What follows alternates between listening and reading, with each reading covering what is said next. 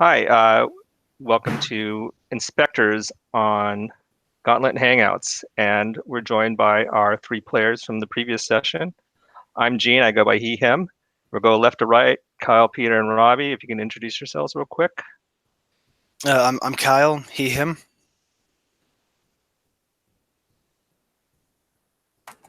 Forgot the alphabet for just 1 second. I'm Peter and I use he, him. And I'm Robbie, and I go with he, him. Great. So welcome back. We are playing InSpectres by, I think Jordan Peterson is the author of InSpectres. If not, I'll correct myself later. Last week when we met, we created a franchise in Southern California, InSpectres West Hollywood, and we established some details. Does anyone want to volunteer what happened last week? Does anyone remember what happened last week? We'll start with that. Yes. We got an email from the board, the people we owed money to, that some people were coming by to shoot a commercial, and they looked like, well, that they were student filmmakers from college. I don't think they'd finished college. And then a client came in who mistook our branch for, I think, the Hollywood branch or the Beverly Hills branch, and gave us a job to get a ghost out of a historic building. Right. That is essentially what happened. A few more things happened. Something involving a churro truck and a phone call. There was also a secret camera that was found on someone's desk. And Seth looked up the specifics of the historical building that you'll be going off to. So, anyone else remember anything from last week? There was definitely a conversation with my cousin whose churro truck we've been using as a basically a traveling slash equipment vehicle and stuff, and also as a churro truck. And it's been cited, and I tried to weasel my way out of being associated with it, but then in my acting of oh no, I've got this under control, had to basically admit that yes, it's out there and I'll get it back. Like I don't already still have possession of it. And I'm like, oh, okay. Yeah. Well, I I hope tried you to lie, and I had the opportunity to tell a good lie, and I still shot myself in the foot. I hope you answered that phone call while you're leaning on the actual churro truck. Yeah, I probably was walking down the stairs, in kind of then, it was a little too loud, so I went outside and I was leaning against the churro truck, and that's when my conscience got the better of me. Right. Okay. So we talked a little bit about mechanics last week, but just to give you a quick overview of how this works, you roll a total number of six-siders, equivalent to the skill. So, for example, James, which is Kyle's character, has Tech 4. If it's a Tech roll, he rolls 4 dice. And on the reference charts in the Keeper, there's the skill roll chart, and you always want to roll a 6 or better. And a 5 or 6 earns you franchise dice. And the overall way the game works, when you hit a certain target of franchise dice, that means the mission has been completed, and that's your payout for the mission. And if you remember, at the very beginning, we talked about franchise cards and how these are kind of an exhaustible resource. So you could spend dice on these cards during the mission to help you solve the mission. And at the end, when you get the payout, you can add more dice to your cards. And Robbie is our fact checker, both in terms of records and the rules. So I think we're in good shape. Lucian's character, why don't we see what happened to him? Robbie, what do you think happened to Zane? Remember, he was kind of the surfer guy. I'm trying to think What would have happened to Zane?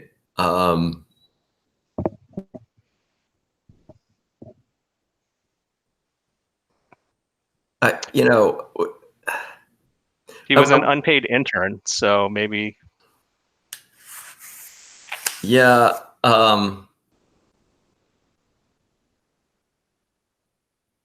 Yeah. I mean, maybe. I mean, maybe the weather was great. I mean, if he's a kind of surfer guy, and maybe the Yeah. weather was great, and he got a call from some of his surfer friends who were kind of commenting that not only was the weather great, but it was like Tube City out on the beach, and like the greatest day in like the last month, or in terms of the surfing. And so he probably gave some kind of lame excuse as to To beg off.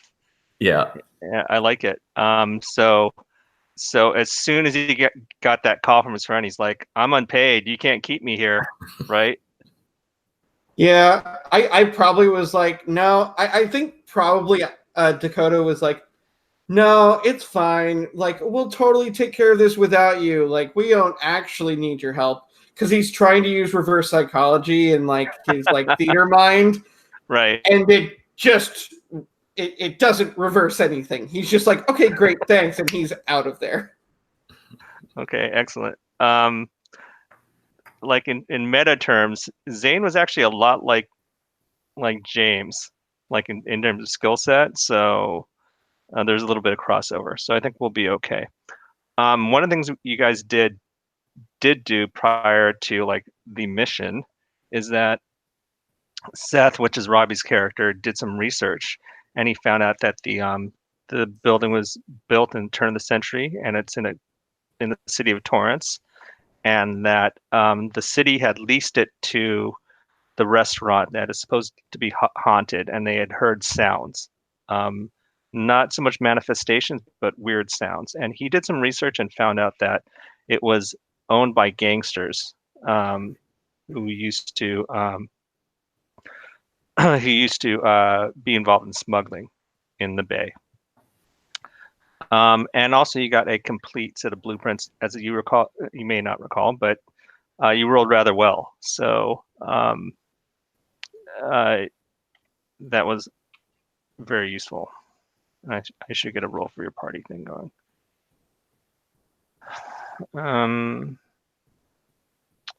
I can't remember what we used, but we'll use this one, and it'll be in the Google chat. Okay, so that's where we left it. We'll pick it up maybe a couple hours after getting the call, and Zane grabbing a surfboard out of the closet. How do you guys want to proceed in terms of getting the job done? I think the first thing I'd like to do is to go through all our gear and all our everything really, and see if there are any other bugs, any cameras or anything.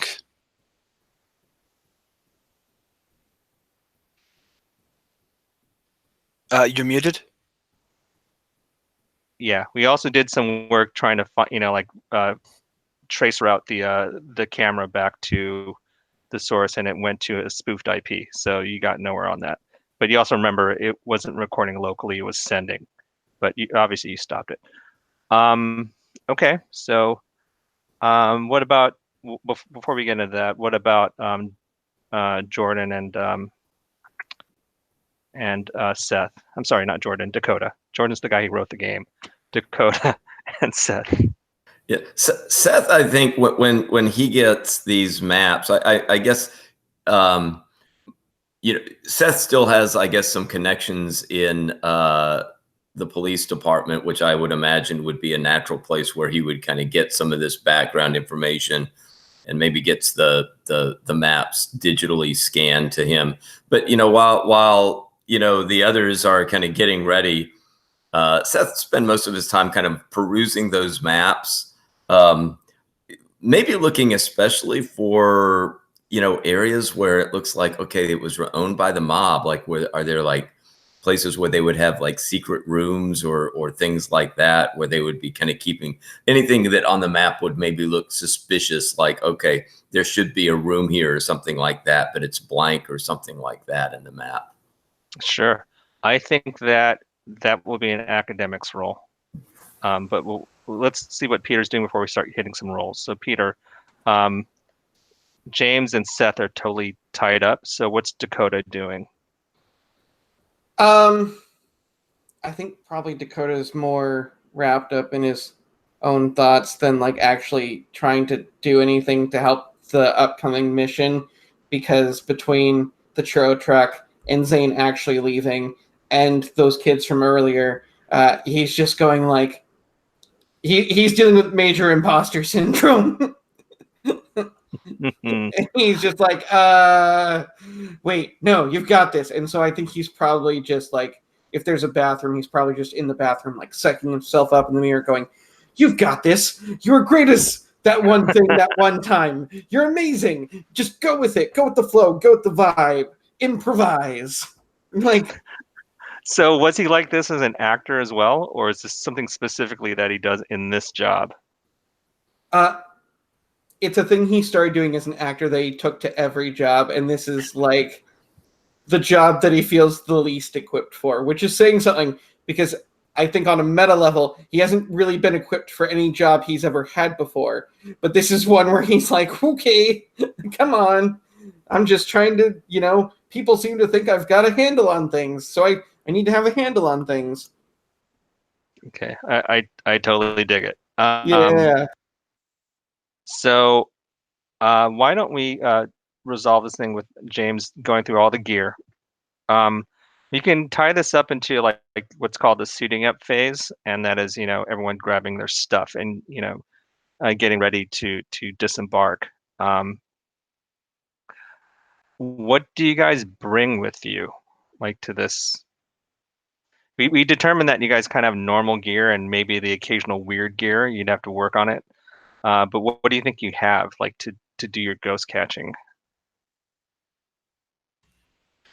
What kind of normal gear catches a ghost? It might be one of those things where usually there's a curse that needs to be lifted, or some kind of thing that needs to be negotiated, as opposed to like shooting a ghost. But it's quite possible that you guys just have a ton of weapons. I mean, this is the United States, so or you can have I don't know, whatever you guys think is appropriate for your character. And we did talk about like your specialty, right? And you guys did specialize in possessions.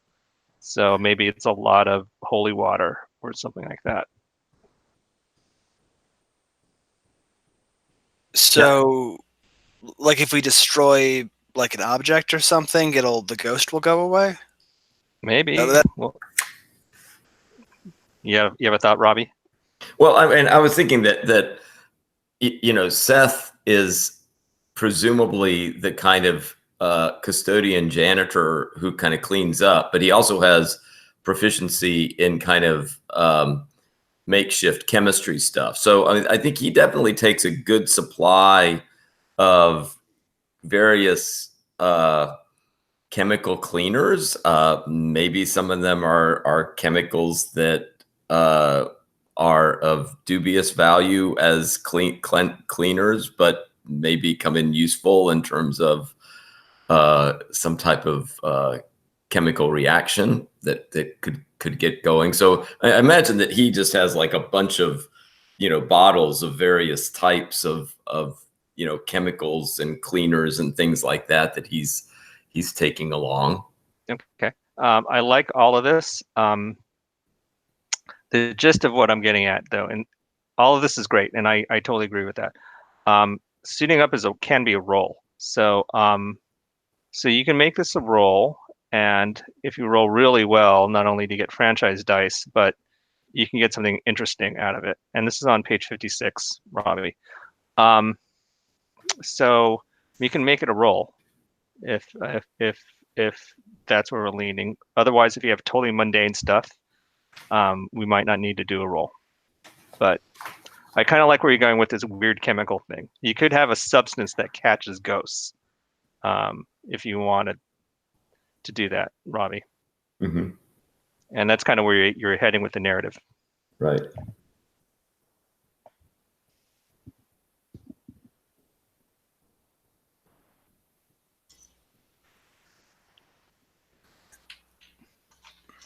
So in that direction, if you go in that direction, it's really your character making the roll, but certainly James could help you.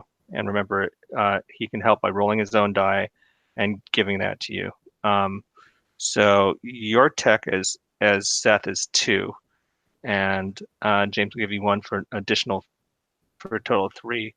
And then of course you could always use your, any of your franchise dice, your credit card, for example, your bank, or your gym card. So what do you guys think?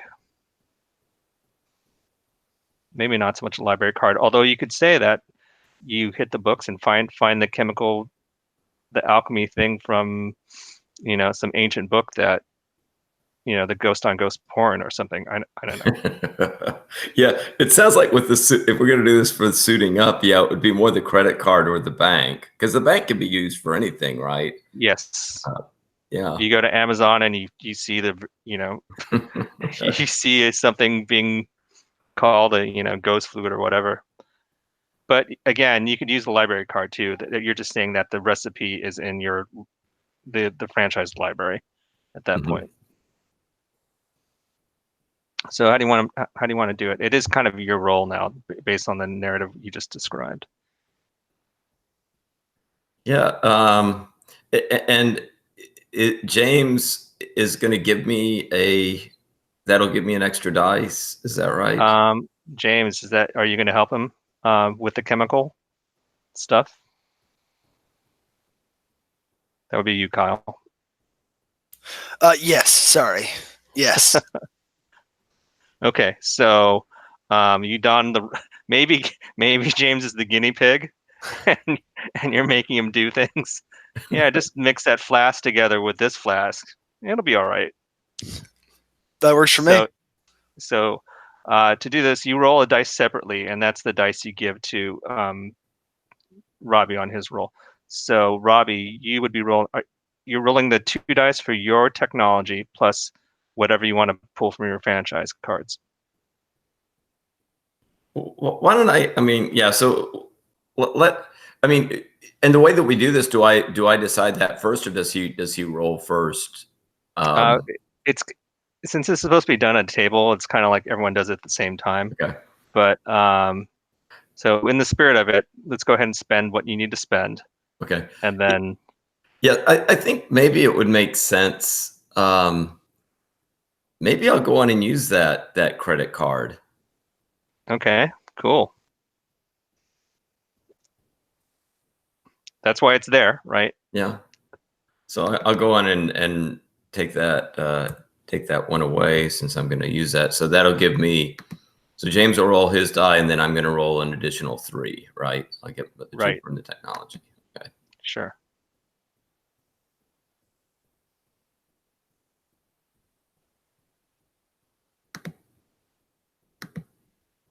James, have you rolled yet, or are you? Yes, I've rolled. Okay, what did you roll? I got a 4. Okay. And then I'll roll my 3.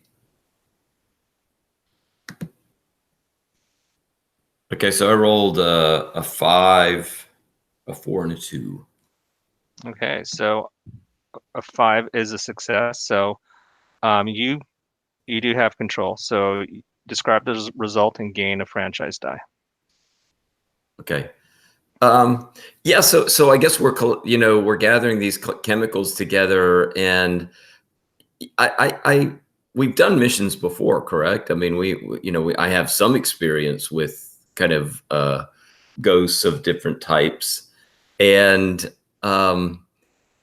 yeah, I think I managed to kind of get something that if there's something that I think I have a kind of spray that I know that I could use that would make an invisible ghost visible. Like if I can get it on him, that it would kind of give us kind of some visibility of it, and that simultaneously it also has some type of, I believe, some type of incapacitating power that it has as well. So it not only would make it visible, but it might not completely knock it out, but it would certainly kind of, affect its ability to kind of move around or to take some type of, physical aggressive action or something like that. Okay. So let me sure you have a ghost, a deghoster, basically.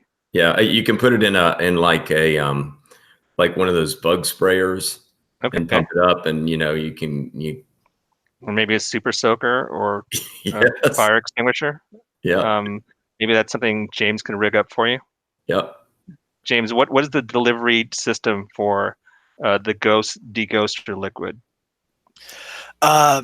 We repurposed some power washers. Okay, cool. I like it. So you have one for each of you? Yeah. Okay. So these are backpack style power washers, right? Okay, I like it.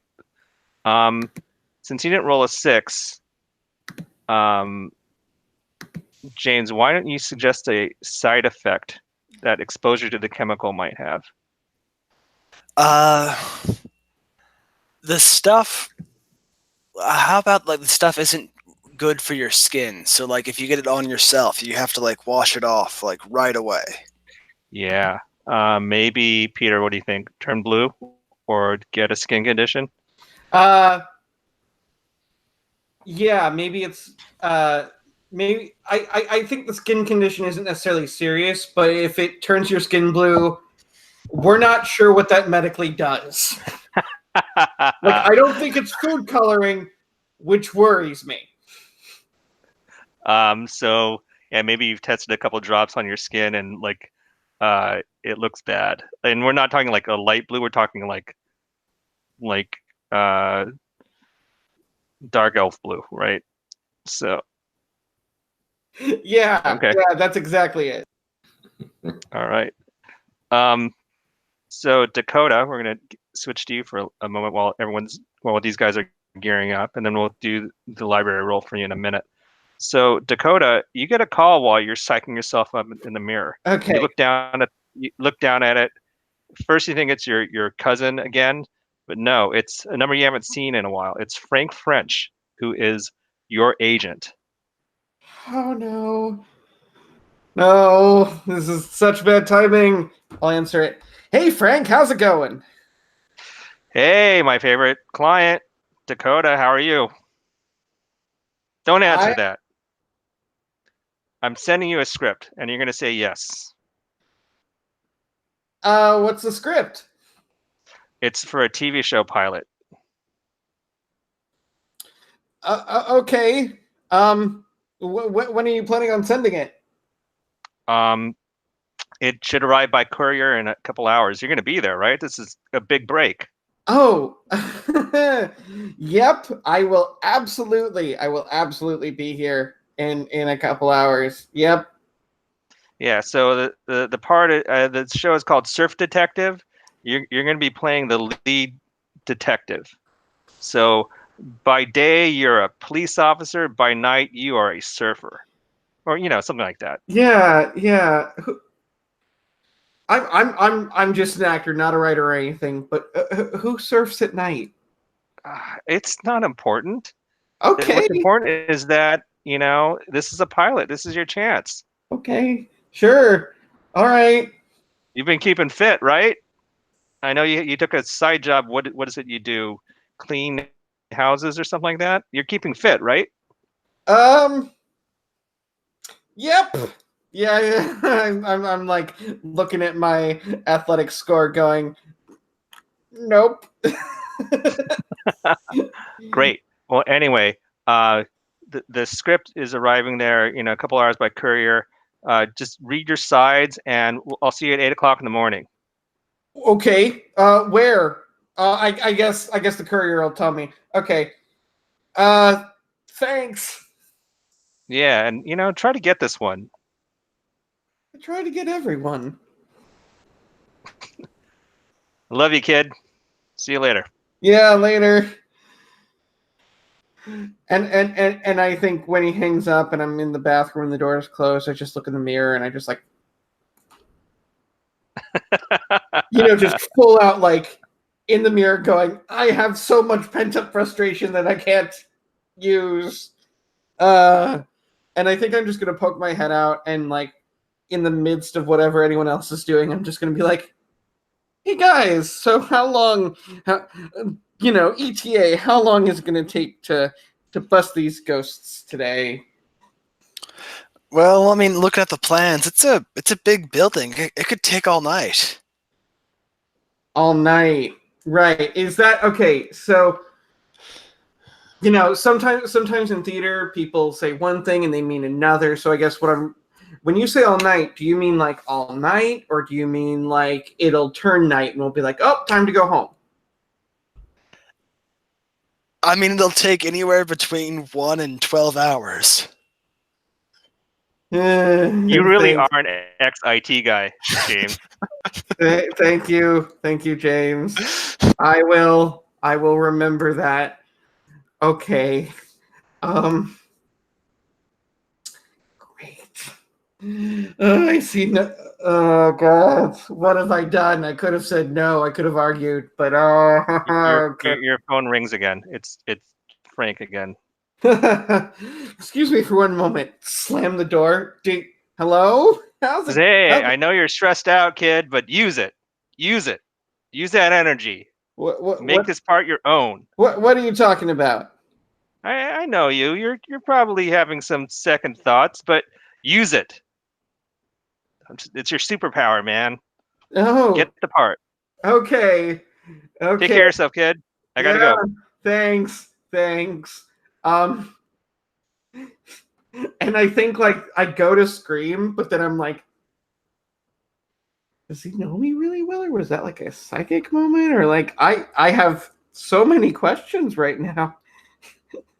And so like just the curiosity of that I think temporarily replaces the stress I'm feeling. I'm just like, wait, how does that work? Okay. Well, what James and Seth, have you seen Dakota in this state before? I mean, is this a usual thing for Dakota? I think James has like been peripherally aware of it, but he just hasn't paid that much attention. Is he still here? Did he leave? Oh, you meant Gene, not Dakota.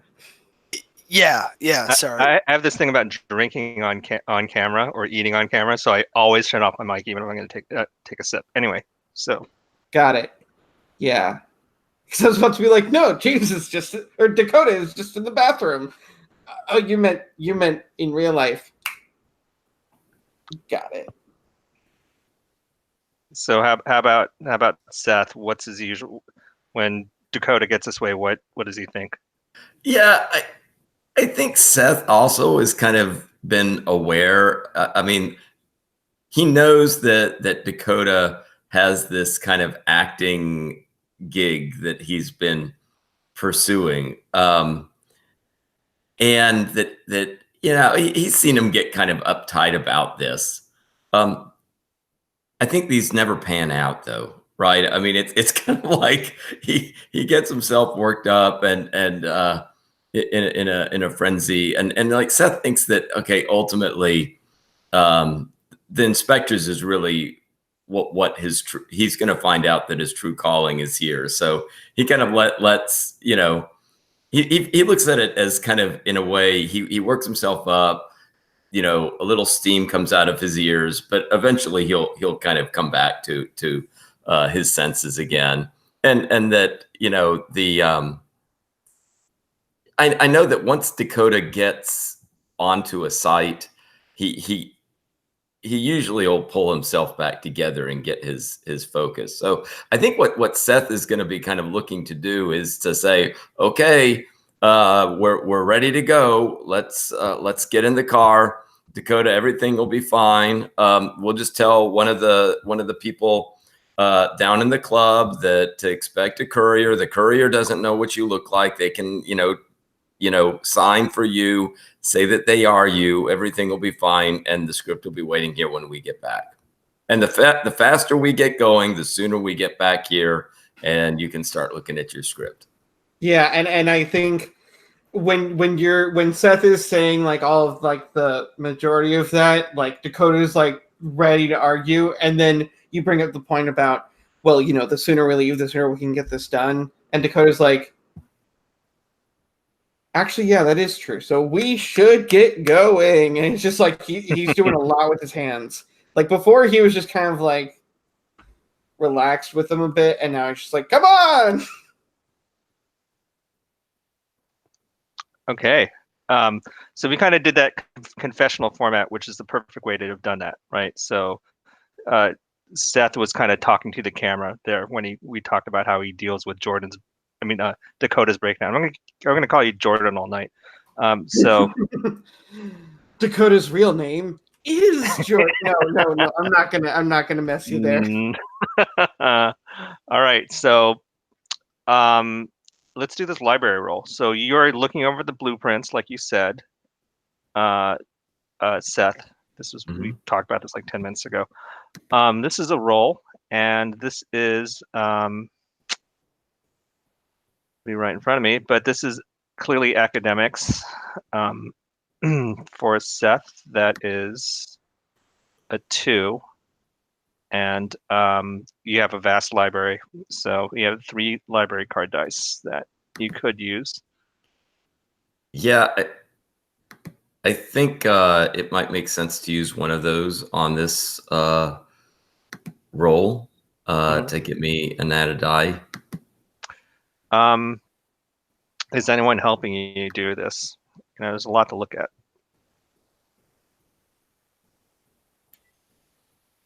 I mean, if it's just looking at things, I think Dakota is probably gonna join and help in order to get his mind off of his seeming impending doom. Yeah, and he wants this to go fast too, so Yeah, he's exactly. going to be helping. All right, so you'll roll a die for him. So it's looking like 1 die from Peter or Dakota, and then 3 dice for Seth to roll, right? Okay. Yeah. All right, so let's go ahead and roll those dice.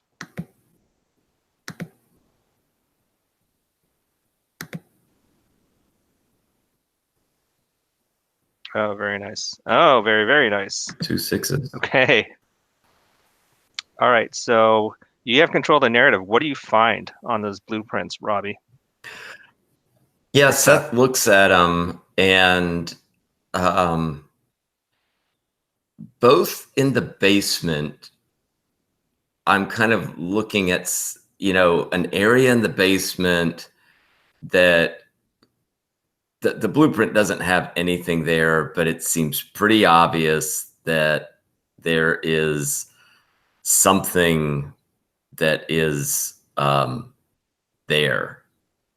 And yeah, so maybe a sub basement, or maybe like a smuggler's exit.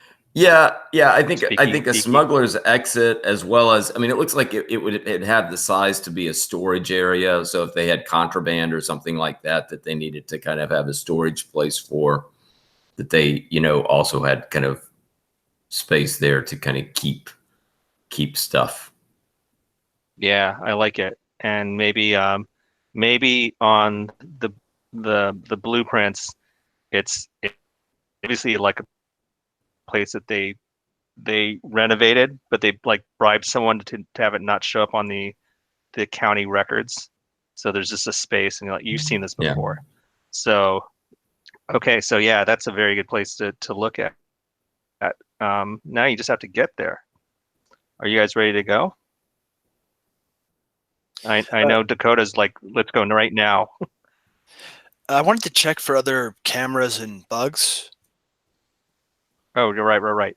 So let's roll that tech roll for you. That is 4 dice, unless someone's helping you. It's up to you. 4 is a lot of dice, I think. And of course, you could use any of your resources if you really wanted to. I went ahead and rolled that. I got a 6.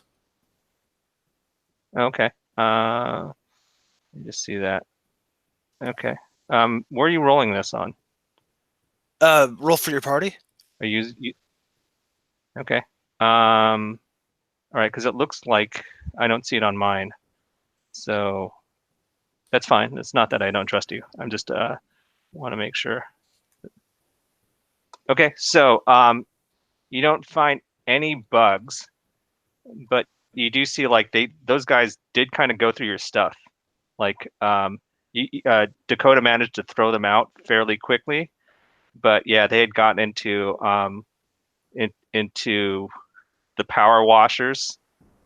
They went through like your normal gear, your uniforms and that kind of stuff. So they may you're reasonably sure that they didn't do anything. But you tell me, did you find anything? Because you rolled a 6, so you get control of the narrative.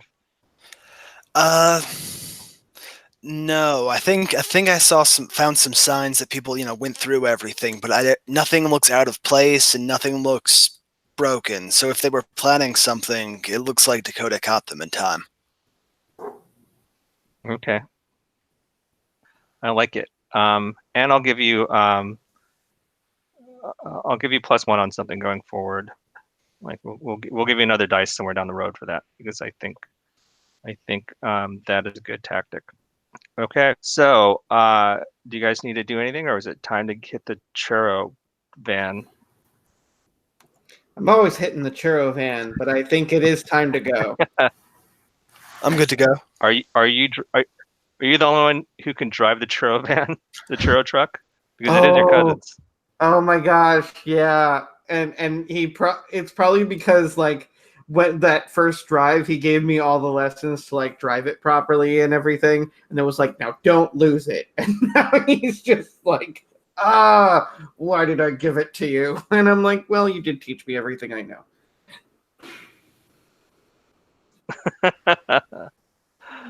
Did he ever actually work out of that churro truck? Like maybe for like helped him out once or Um, twice? I think yeah, he did some work. I think at this point the churro truck is as much a symbol of like this was a thing that I was going for. This is a thing that I'm doing. I don't know how successful it ever was, which might actually influence why I was like, well, you're not going to miss it. Like, I'm not taking away your livelihood. I'm just taking your churro truck. Uh, cool. Okay. We're gonna take a short break. Okay. This is a little bit early, but I have to go downstairs. So we're gonna take 5 minutes, Okay. and we'll meet back at roughly 5 Okay. before the top of the hour. Cool. Thank you.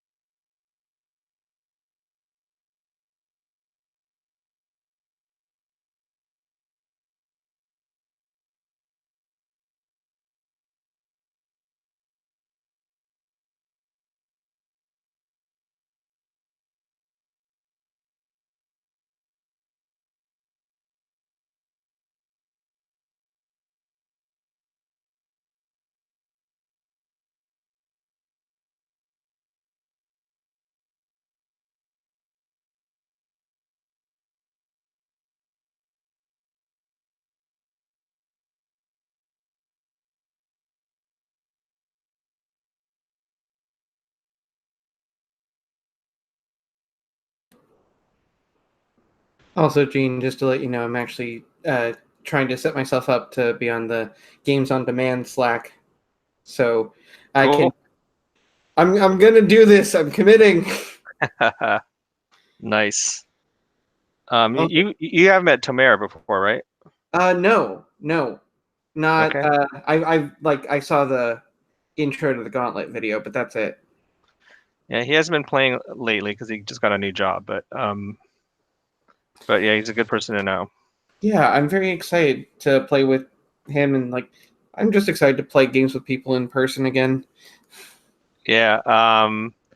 So I'll be running Sword Crown and Unspeakable Power at the con. So Well, I will have to see if I can slide into that because it's time we played some games together in person.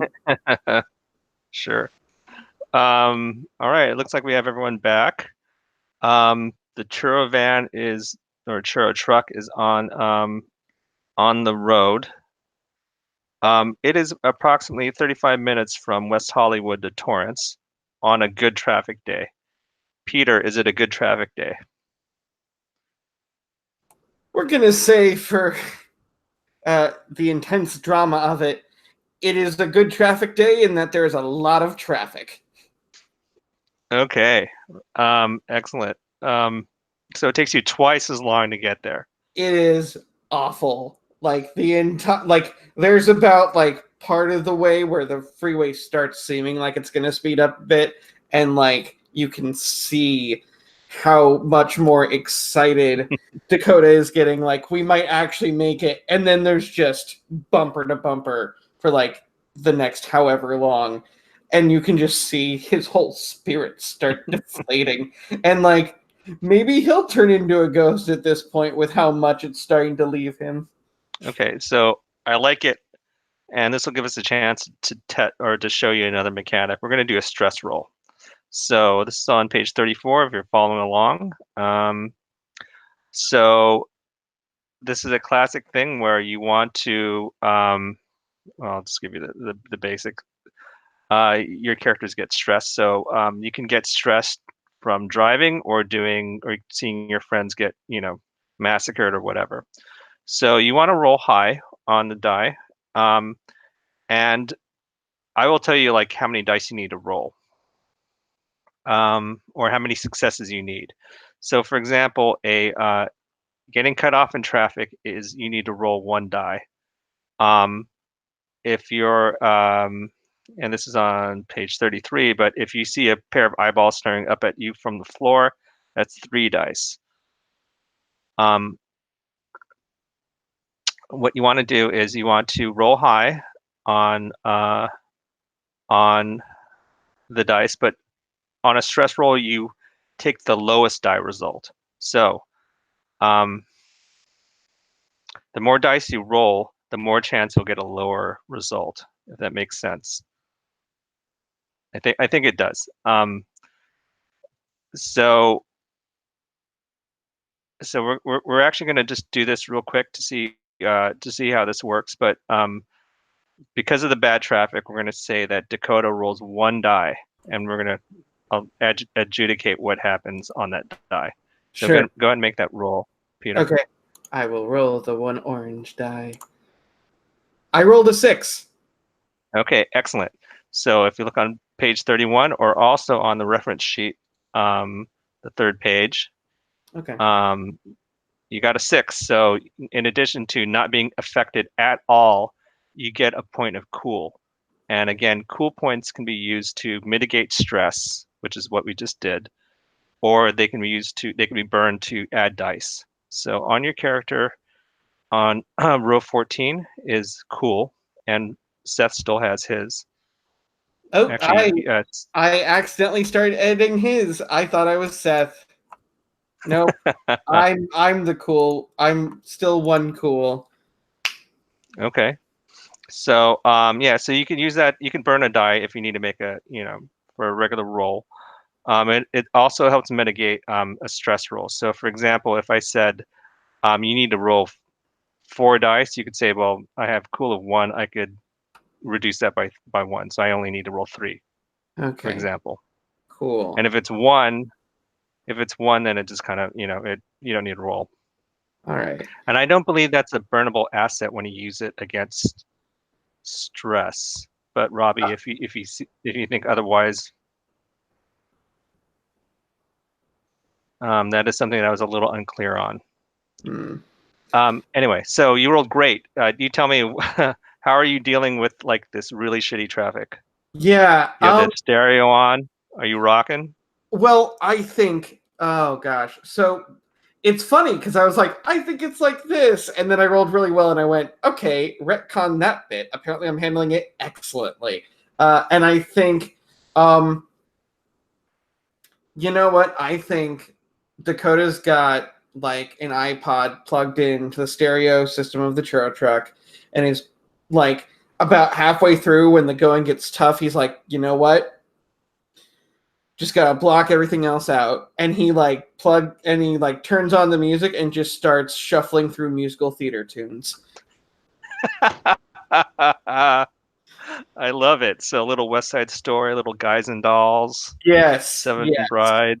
Yeah. Oh God, he's like probably like when it actually comes to like musical theater and everything, he's actually got a wide variety of interests. Now, if only he could apply that to more real life stuff, but in musical theater, he's like all over the place, and it's like shuffle. So he's got like just things that shouldn't necessarily come one after the other. It's like a really dramatic, like Les Mis tune, and then it's like Avenue Q right after, and it's just like, really?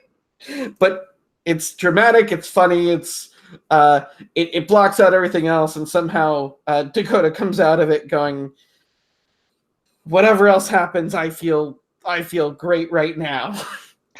So James, can Dakota sing? What's James' opinion of Dakota singing? He's doing his best to politely tolerate it. Is that because James is not into musical theater, or he just doesn't like his singing? Both. Okay.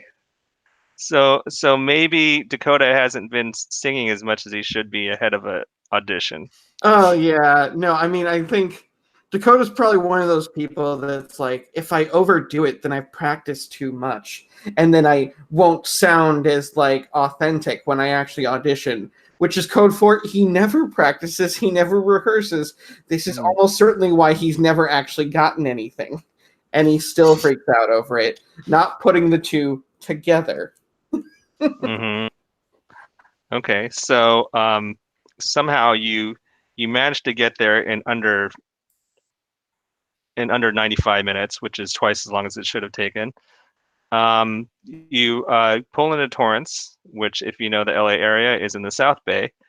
It's kind of in the downtown area, which is you'd say this should be like a nicer area, but it really isn't. It's still kind of run down slightly. You head up towards the Agostino building, which is where the restaurant is. The restaurant is also called the Agostino Restaurant. We'll say that, Seth, you're able to pull up the Yelp review of Agostino's restaurant before you get there. What does the Yelp review say about it? So that's Seth. Yeah. How many stars first? How many stars? I imagine it has 3 stars, but what you notice is like the individual reviews are kind of like all over the map, and it's really bizarre, right? That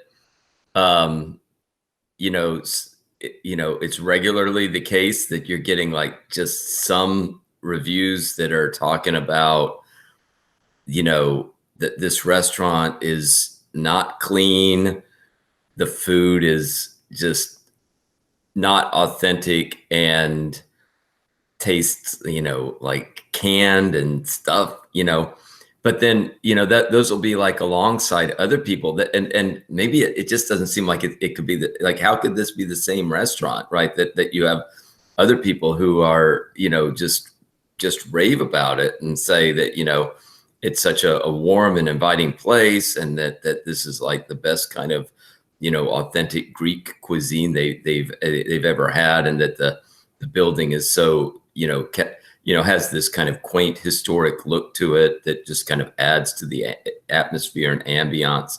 But yeah, it's like bizarre, right? That there would just be like these mixed reviews. Doesn't make any sense. Do you see any reviews that mention the sounds or the ghosts? Yeah, I mean that some of the ones that are obviously the ones that are negative will sometimes kind of bring up that the building is noisy, but yeah, that and I guess maybe I could maybe pick up that there's especially one. I mean, this is a kind of restaurant where there are like different sitting rooms, right, that people would be, and there seemed this one that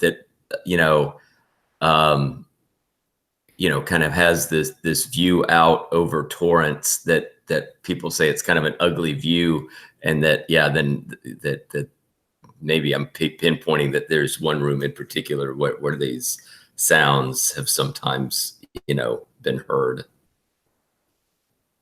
I like it. Cool.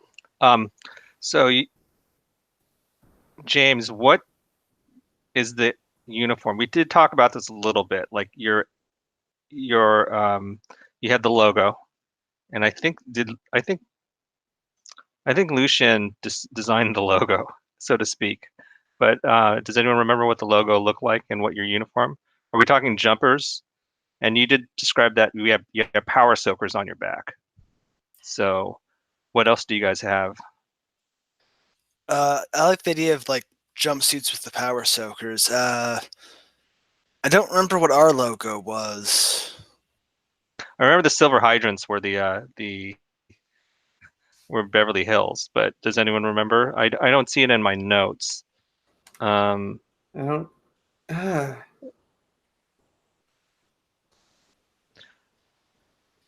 Yeah, so yeah, I don't see it on my notes. I do have fire hydrants down, so that was definitely Beverly Hills. But now's a chance to do some revisionism. What I think it was the fireman's boot was what Oh, we right. had. Oh yeah. Okay. So are your jumpers in good condition? Are they have they been maintained? Is your gear in good condition? Secondhand? You tell me. I think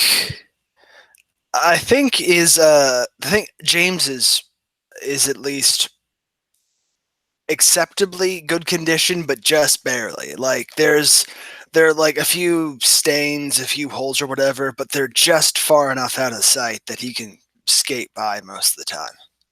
All right. Do you think that's true for everyone?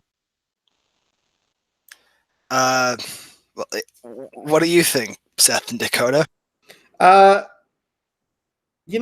think. You know what? I'll give Dakota this much. Despite the fact that he can be a little bit all over the place, he's actually, for the most part, pretty clean. And so, even though his, probably in the past his uniform has been through a bit, for the most part, either uniform's pretty well taken care of, or somehow he pulls off the look that it's not as bad as it could be. And so, I think at least Dakota-wise, he's just like,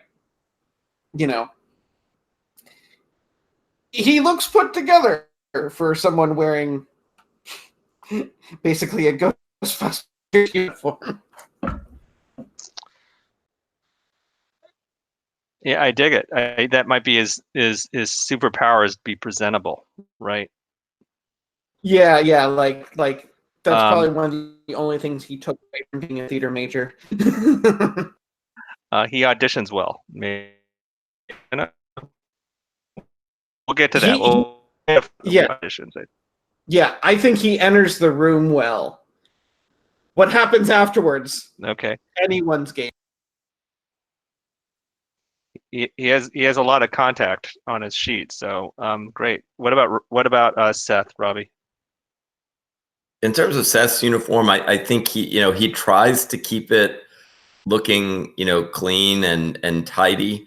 I think it does have like stains though, and you can see sometimes burn marks and stuff like that because he does work with those chemicals, and sometimes those chemicals aren't so friendly to the fabric. And so he tries to put the best look on it, but you can definitely see that there are these kind of odd stains and marks, and one spot where it kind of clearly has some type of singeing that has happened. Right. Okay. So as you pull up to the restaurant, it is actually kind of a nice restaurant in that it has excellent location and valet parking, which is a sign.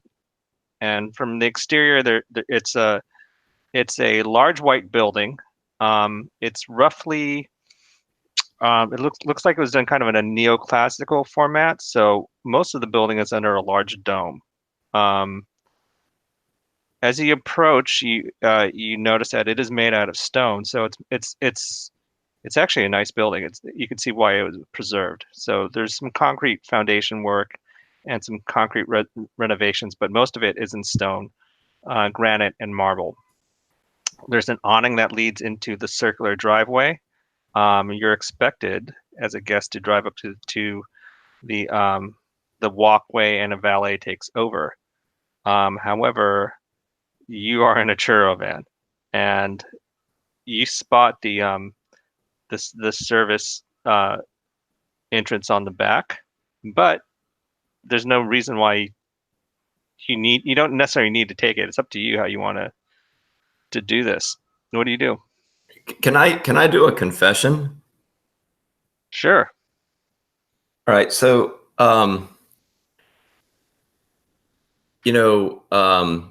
we're getting close, and I knew it. That Beverly Hills branch. I don't know how they found out that there was some ghost activity going on here. This was our chance to really make a splash and beat them to the punch. But we pull up, and what do we see? We see that nice, spiffy Beverly Hills branch van with its fire hydrant logo there. And now we had a whole new set of problems that we were going to have to deal with. Not only do we have ghosts in that place, but we've got those damn Beverly Hills Ghostbusters that were trying to beat us to the punch. Awesome. Yeah, so you as you approach, you do see the Beverly Hills van there. Like, how did they get here? However, they look like they just got here, so they're kind of they have their own publicist, and their publicist is taking pictures of them just exiting the van, and they're taking their time. They haven't noticed you driving up, so what's your tactic gonna be?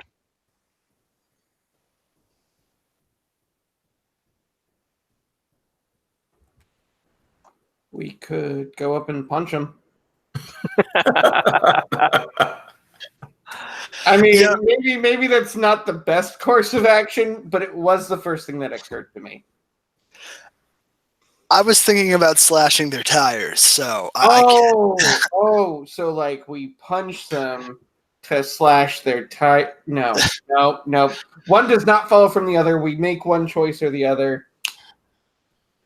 Yeah. I mean, ooh, okay. But in order to slash their tires, we should probably cause some kind of distraction. And maybe that distraction.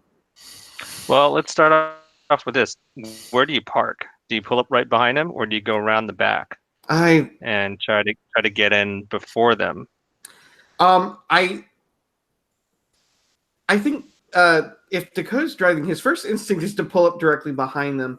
But I think, in the interest of time, he'll actually pull around the back. Okay. Unless anyone's like, no, park behind them. Like, I don't know. I don't want to speak for anyone else. Well, what does Seth think?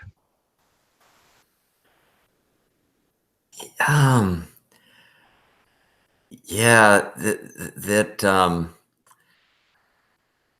it does put a wrench in things. We could sneak in through that service. You know, we just kind of show up there, and we wouldn't be expected in that side. You know, we would know that we were in the building, and they wouldn't know that we were here. I am tempted maybe to try out the spray on them, see what that would look like.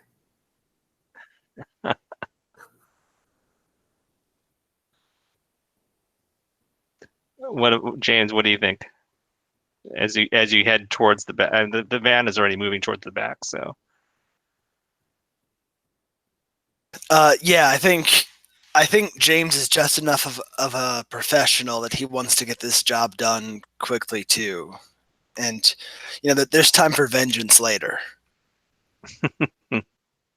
okay, well, as long as you catch the ghost, maybe you'll not have to deal with it. But so you find a parking space near the service entrance in the back. Um, Thankfully, the churro van is excellent camouflage. They have no idea that another InSpectres franchise is here. And they are taking their time. I mean, they're still unloading their gear, and you guys are out with all your stuff on your backs, you know, within moments of arriving. This is like pretty much every in the world. The glamorous side of the restaurant is all in the front.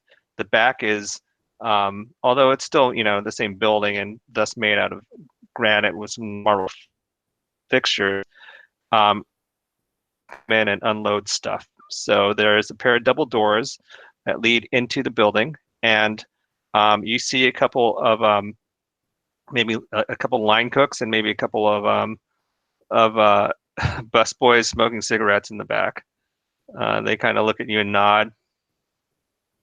They have no idea who you are. You guys really don't look. You guys pull up in a churro van and you have super soakers on the back. Say, hey, how's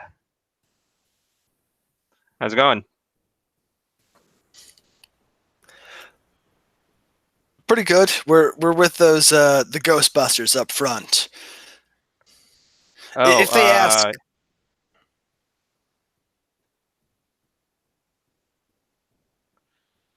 they kind of just look at you and say, "Oh, those guys are exterminators, man. You exterminators? yeah, we're ghost exterminators. It's all part of the business. Ghost exterminators? Yeah. Yeah, we got some noises, man. What are you gonna do?" We'll just slime them right up. They kind of look at each other and like, whatever, and they shrug and go ahead, Robbie. Where have you heard those noises? Oh yeah, in the storeroom downstairs, there's I think it's a rat, dude. But yeah, it's a loud rat. You could hear it all the way up in the dining rooms. That must not suit the customers very well to hear a rat. Yeah, I didn't think it was that big a deal, but now it's getting out that there's something going on, and you know, it's not as busy as it used to be. I mean, hey, it's dinner hour right now, and we're just back here hanging out. All right, we'll check out that basement with where the noises are. Could you do me a favor though, and tell the guys up front to check upstairs? Yeah, okay. Sure. So one of the busboys nods and kind of heads off in the building. So I think like it's a large building and there's multiple businesses there, and I think that upstairs are some offices maybe. So it's one of those multi-use buildings where there might be several smaller, I mean several larger businesses on the ground floor than like professional offices in the floors above. That's how I'm viewing it. Yeah, so one of them goes in, the other one holds the door open for you as you guys walk in. Um, Immediately you're assaulted by the smell of garlic and uh, Greek food, and oddly enough, you hear the moan. It is like a low pitched. At first, you think it's like a hum, like maybe a heater or like a refrigerator, but then it changes in pitch and becomes a loud moan.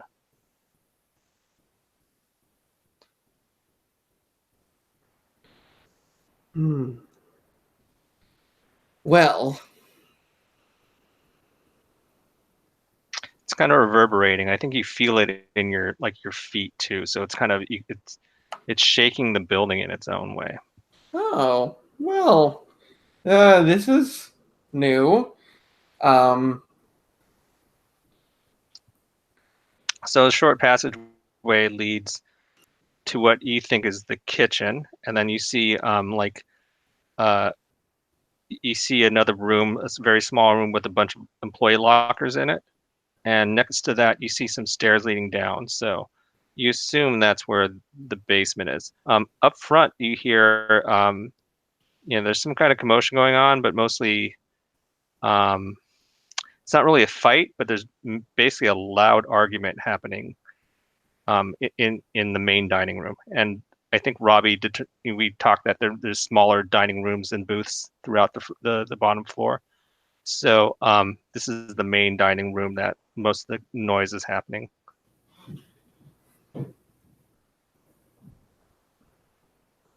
can I try like seeing if I can peer through maybe a crack in the door to kind of see what might be ahead? Um, is- the short answer is yes, but I'm not Okay. sure where you're peering into. Like, are you looking into the dining room or like into the kitchen or Um, downstairs? well, you said that there was the sounds of fighting. Well, there's like maybe a ruckus of some like commotion or whatever. Yeah, yeah. I'm trying to see through the crack of wherever the commotion is. Okay.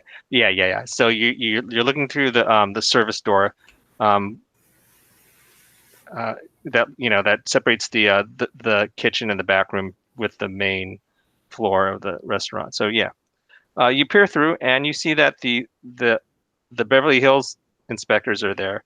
There's four of them. Um, they look like supermodels essentially. They have a publicist who's taking pictures, and their leader is fighting or having an argument with the maitre d'. The maitre d' is like, I don't know what you're doing here. Um, he's saying very loudly, we don't have any ghost problem. Oh God. Okay. Uh, yeah. Part of me wants to stay and see this whole scene play out. The smarter part of me is like, if they're distracted, we should probably take care of whatever it is before they even know that something legitimate is going on. So they said it was coming from like the bottom floor, so we should probably go and check that out if everyone's up for that. Yeah.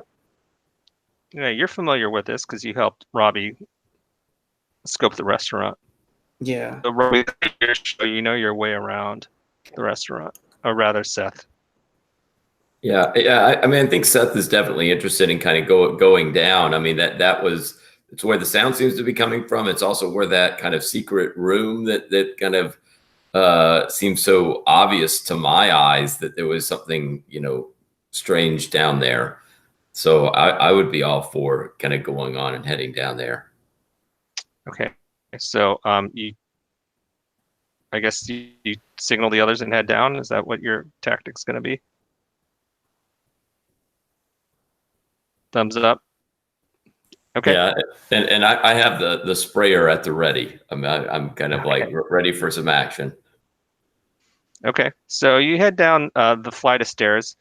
It's actually deeper than you thought it was. So you thought it was just going to be like a few steps, but it goes down maybe 10 steps and 15 feet, and then turns right and goes even deeper into the ground. And sure enough, you thought that was all that you would do, and then it turns again.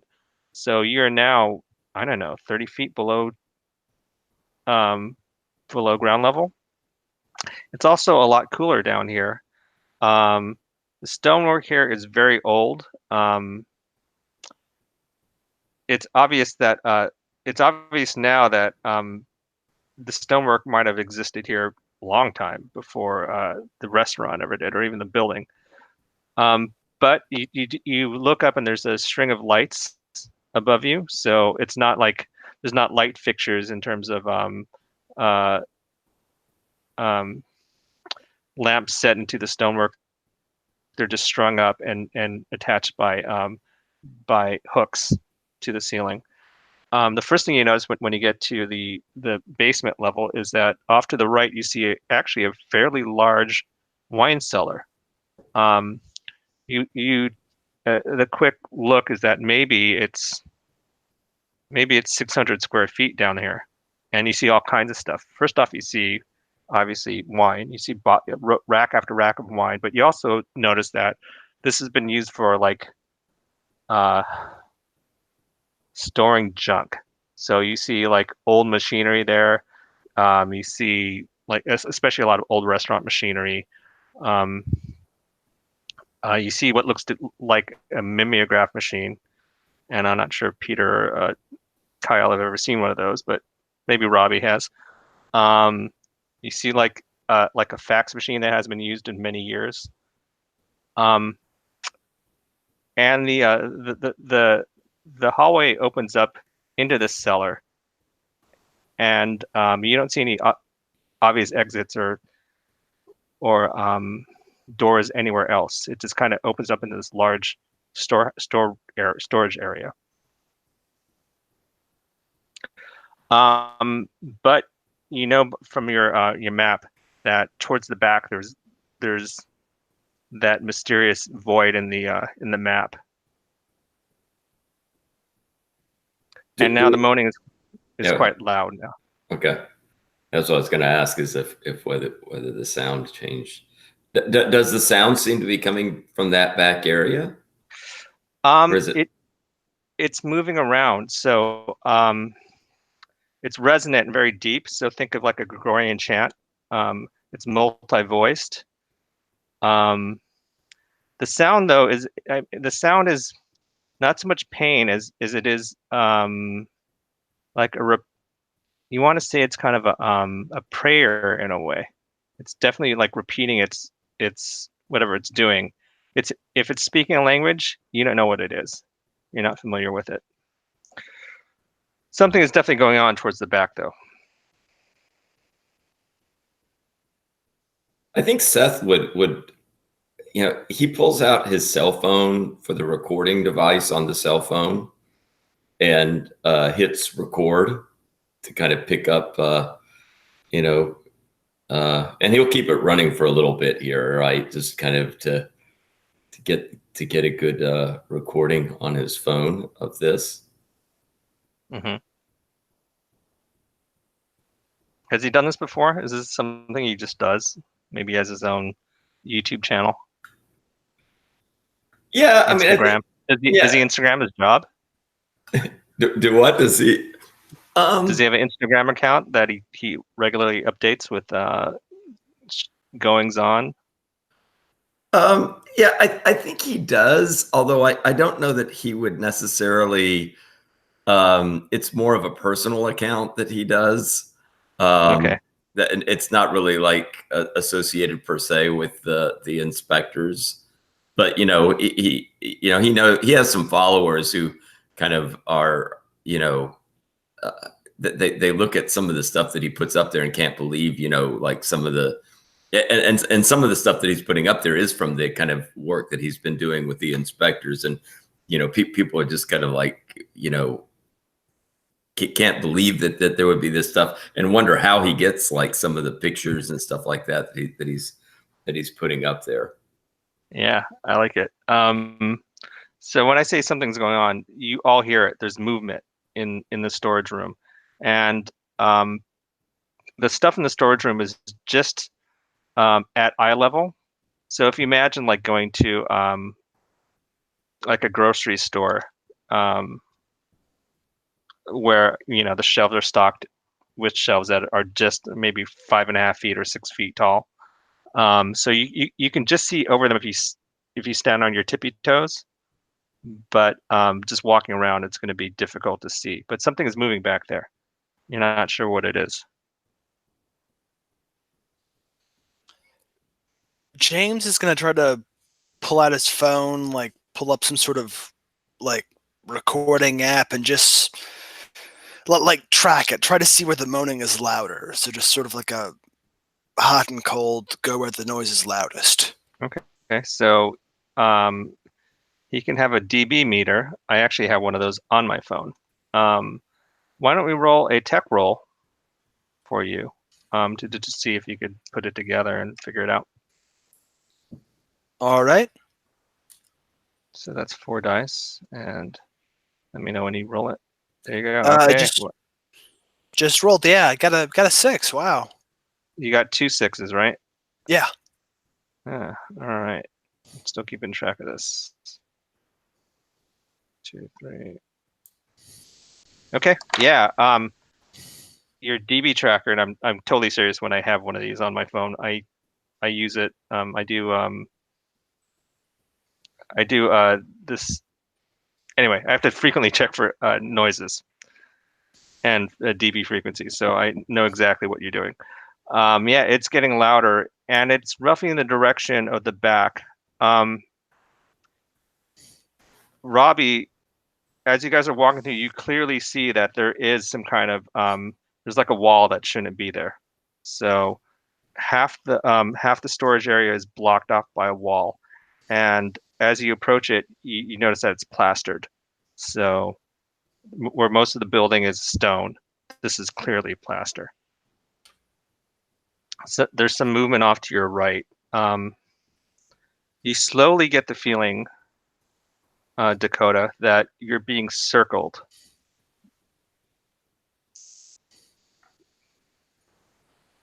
Oh, great.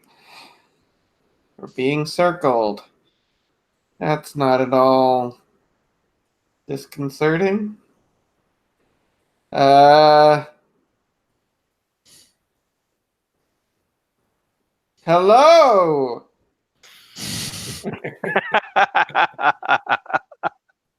I love it. Yeah. You say that really loudly. Something moves at your feet, Dakota. We're gonna do another stress check. So, let's see how many dice you're gonna roll. You're gonna roll 2 dice. Okay. Something moves and brushes against your leg. Okay. Does that include?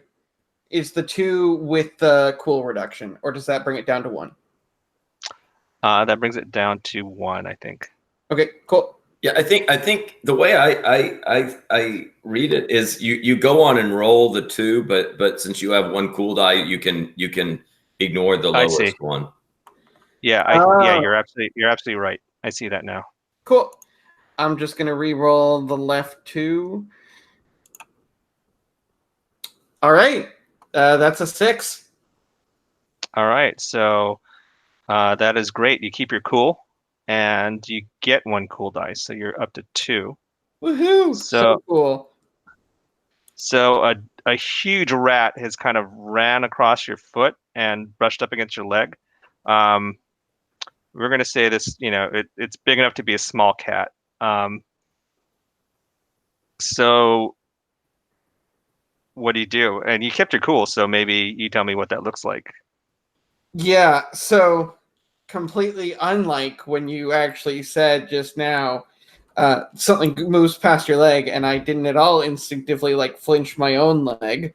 That's not at all what happened in real life. It absolutely is. But yeah, I think like something moves past my leg, and rather than just move my leg, I like look down and see this rat. And like I don't move down to pet it or anything, but I just kind of like take my leg, move it out of the way. Maybe the rat just carries on with whatever it's doing. Yeah, maybe the rat. Maybe you scare it, and Yeah, probably. I like it just like it was trying to like it came out of nowhere and stuck up on me. Like it's not just that I moved my leg gently, it's like I just kind of moved my leg and suddenly I'm the one making the sharp movement and it just dashes. sure, okay. So maybe the employees are right. Maybe it was a giant rat, or maybe there are rats. Clearly, this is a health code violation, though. So, but that's not why you're here. Um, all right. So nice roll, by the way. Yeah. So there's a rat, and it's squirt. It takes off as soon as you show some resistance to it. Um, what do the rest of you guys do? You finally reach that what you think is the fake wall, and as far as you can tell, it's old construction. It's been here a while.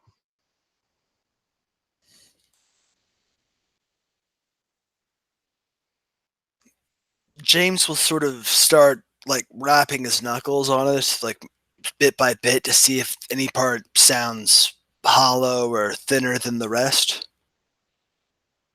Just Okay. yeah, looking for anything that seems out of place. Okay. Something tells me that should be a roll, but I'm not sure exactly what kind of roll it would be. Because it's really not athletics, nor is it really technology or contact. Why don't I guess if I can't figure out what it is, it's not a roll. You guys, you'll get more ground if more than one of you do this. So you'll cover more ground. So if any of the others want to help you do this, we'll give you some opportunities here. So what do you think? Are Seth and Dakota helping, determine if what's up with a wall? Or do you have any ideas of what you'll be doing? I mean, I'm certainly willing to help with that. I don't know how much help I would be, but I think maybe it's the fact that somehow down here I'm keeping more of a level head than I did when I was told I was getting an audition. So, just kind of trying to like focus on the job at hand might I could help in that sense. And I think what Seth would do while they're doing that, he's not going to walk away from them, but he'll um,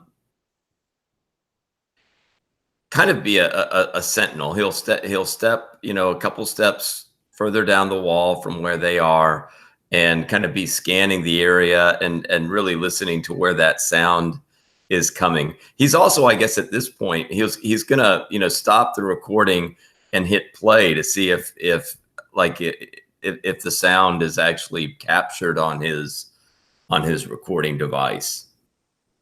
Sure. Okay, so you kind of just do the playback. It's capturing something, but it's not giving you the effect that you hear in the room. Maybe it's not sensitive enough, or maybe it's not getting frequencies that you need it to, like the sub bass. Um,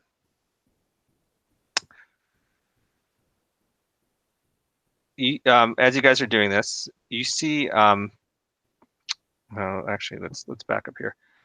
We'll go ahead and say that James he knocks on part of the wall, and he does find like it is hollow just behind this section. And you look closely, James, and you see that yeah, here the plaster is more recent, so maybe just a few years old. And you sense that maybe there's an earthquake, and this is some kind of repair, or maybe they purposely um, obscured this area. But yeah, there's something behind there.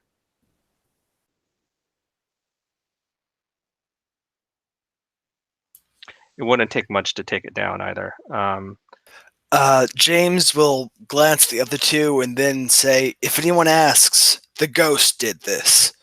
And then he just sort of like elbows his way through, like just sort of slam something into the wall, see if it gives way. All right, so that is definitely athletics. So you give it a few couple pushes. It's not going to give away by itself necessarily. I'm giving you the opportunity to have someone help you by doing this, or you could say, "I got this," and do the roll by yourself. It's up to you. So does anyone help him get through that wall? I'm open to help. Yeah, well, I think, you know, Seth, if he sees that there's something for some physical force, Seth would be all over that. And like when he sees that, you know, a little bit given way, and that you know, James is about to kind of barge in on it, you know, Seth would definitely be kind of put his cell phone in his pocket and kind of make his way over there to kind of see what he could do to kind of break that open. Okay, so why don't you give him a die, and you can roll the 2 on your athletics. You guys also still have your gym card. I mean, that's one thing you could use to roll to help on this athletics roll. However, we're not quite all the way through this yet, so you might want to save it. Up to you. I think, So you have 2 dice. Go ahead. yeah, I think I'm going to save the gym card for later and just roll the 2. Okay. All right. All right, let me see what that looks like. And I'm rolling 1. Is that correct? Sure.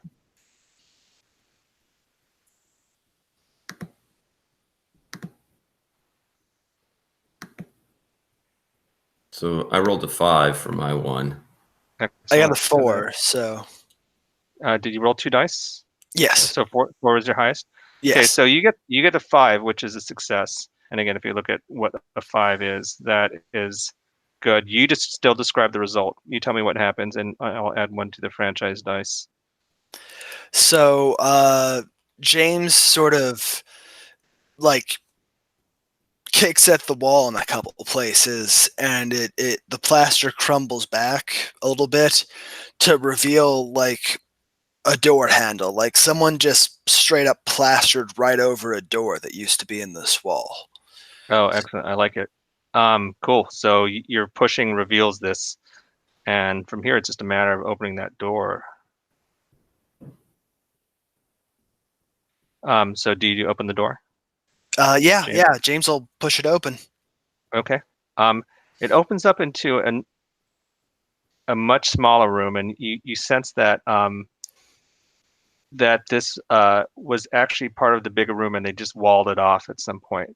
But it does share one of the corners with the larger room. You open it, and the first thing you notice is that there's a still here. So you see a large still, and it's the piping, you can tell, runs through the wall, and it goes to the furnace, but the pipes were hidden. So it's very clever. It was built some time ago, but there's a still here. You also notice a large sarcophagus propped up against the corner. Okay, I don't want to like infer anything from context clue. Actually, no, wait. I do want to infer things from context clues. That looks suspicious and is probably the source of our problem. This is a semi-confessional, Dakota, or Yeah, Peter. yeah. You can make it a full-blown confession if you confessional if you want. I'm so used to like turning to the characters as a way to break the fourth wall. But yeah, no, I think this is absolutely a confessional, and it's like Dakota like just standing like outside the room, like in the doorway, and he's just like, now, if I were a smart person, I would infer from context. You know what? Wait, I am actually kind of smart. That seems to be the source of our problem. We should probably take care of that before someone else from upstairs decides, ooh, I want to take credit for that. I want to make sure this guy doesn't get the, audition of his dreams. Blah, blah, blah. You're so close. Please let this be done in like 5 minutes. um, okay, so the sarcophagus appears to be spiked shut. So, there's a very crude stake that is pinning the lid shut. The sarcophagus, we're going to say, it's not a stone sarcophagus; it's wood. So it would be a normal coffin except that it's carved. It is definitely Egyptian. I'm not sure. It would take like a dedicated academics role to determine like the age, but it's definitely Egyptian. It's roughly 6.5 feet tall and 3 feet wide. To move it, it would take two of you.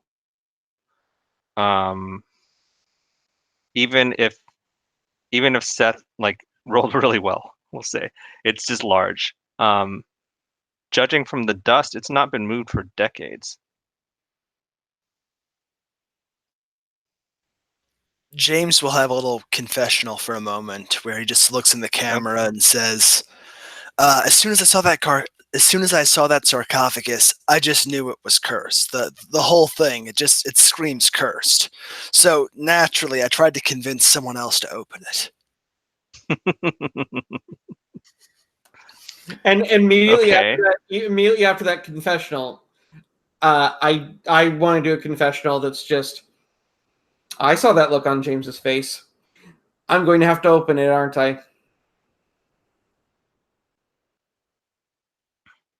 All right. So we also said that Seth was like kind of be like in sentinel mode. Seth, you hear some voices coming from the stairwell, and you see some flashlights, do that flashlight beam thing where you see someone walking down the stairs. You kind of motion to the others so everyone sees what's going on. And is the moaning continuing during all of this? We're still hearing that. Yeah, and it's clear it's coming from that sarcophagus.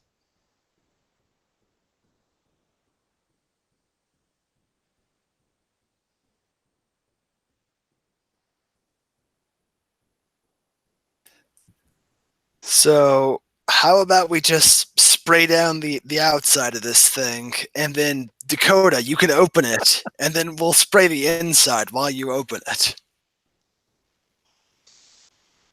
Or we could hide, let them open it while we're kind of hidden, and then we could set to spraying things.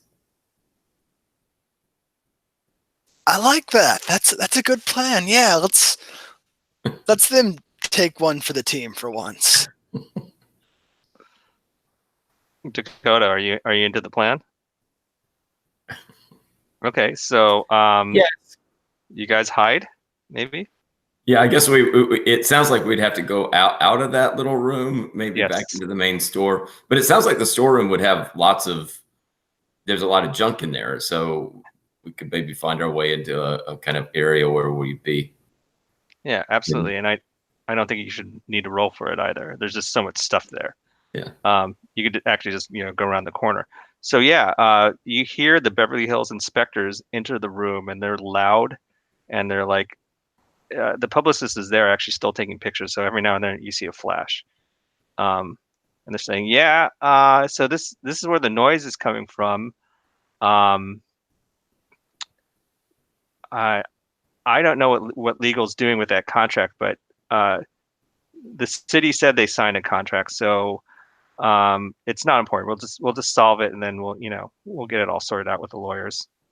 So they're talking about it really nonchalantly. You hear them stepping towards the back, which is where you found the opening.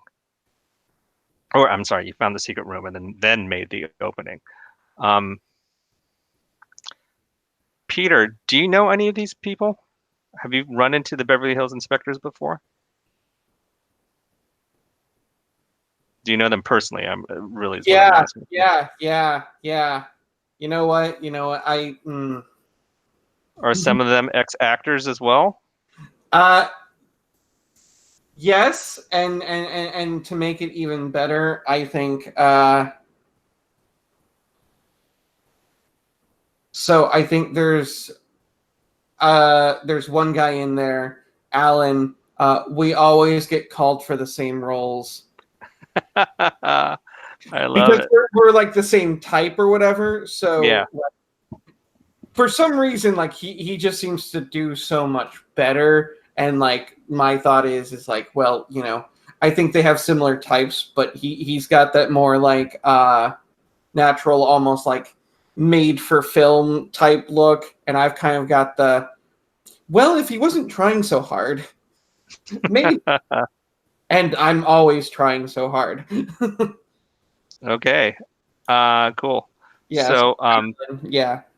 so they walk towards the back of the cellar. We're gonna say maybe 20 feet from where you are.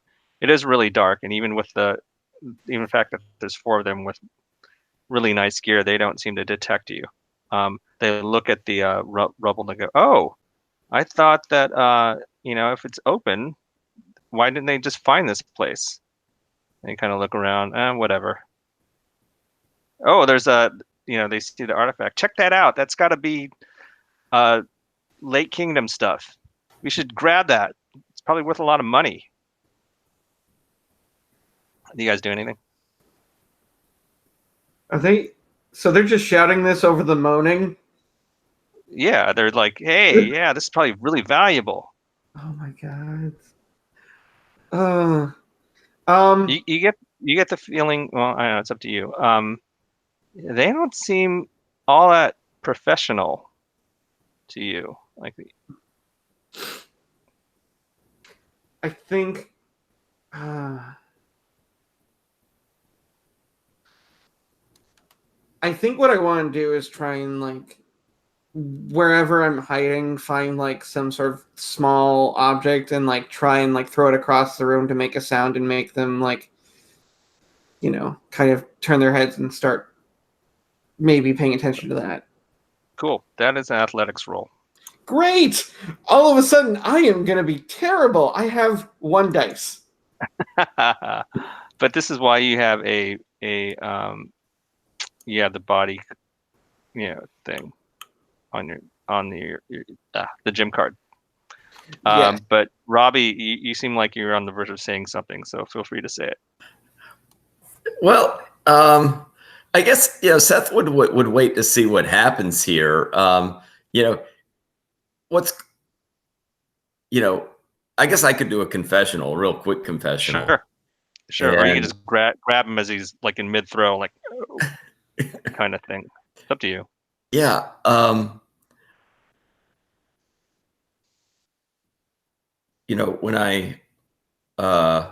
When I saw Dakota pick up that stone, I thought he's going to blow our cover. We were all hidden. He was going to reveal that we were there. I knew that the best course of action was just to stay put, let them release that ghost, and then we would get to blasting them with our soakers. So I reached out and grabbed that arm and gave Dakota that stern look that said, "Think about what you're doing, Dakota. Think about what you're doing."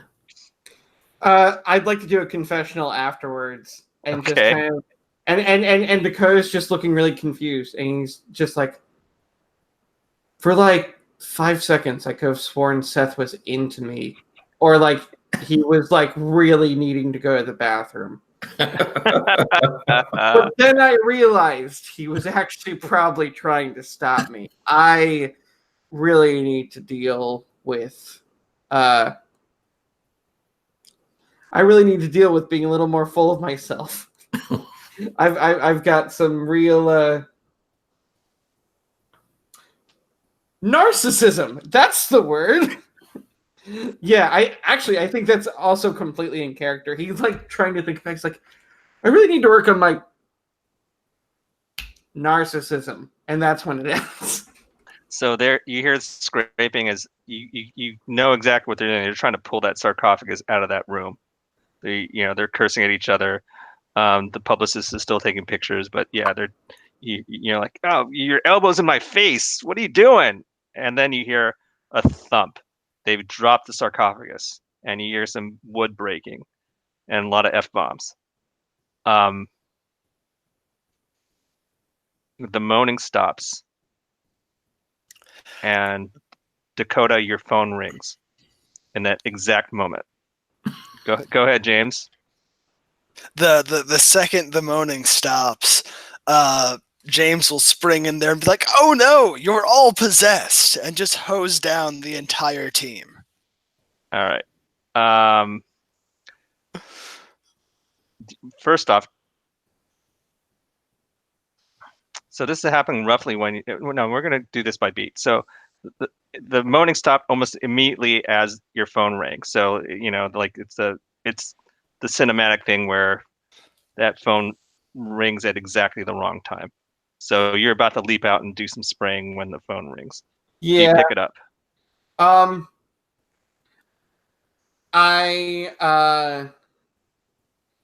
I answer it so that it doesn't keep ringing, but I don't talk into it. Okay. It is it's Frank again. Like I just kind of like I just like kind of like try and put my phone like under my leg or something, so I'm like trying to mute any of the sound coming out.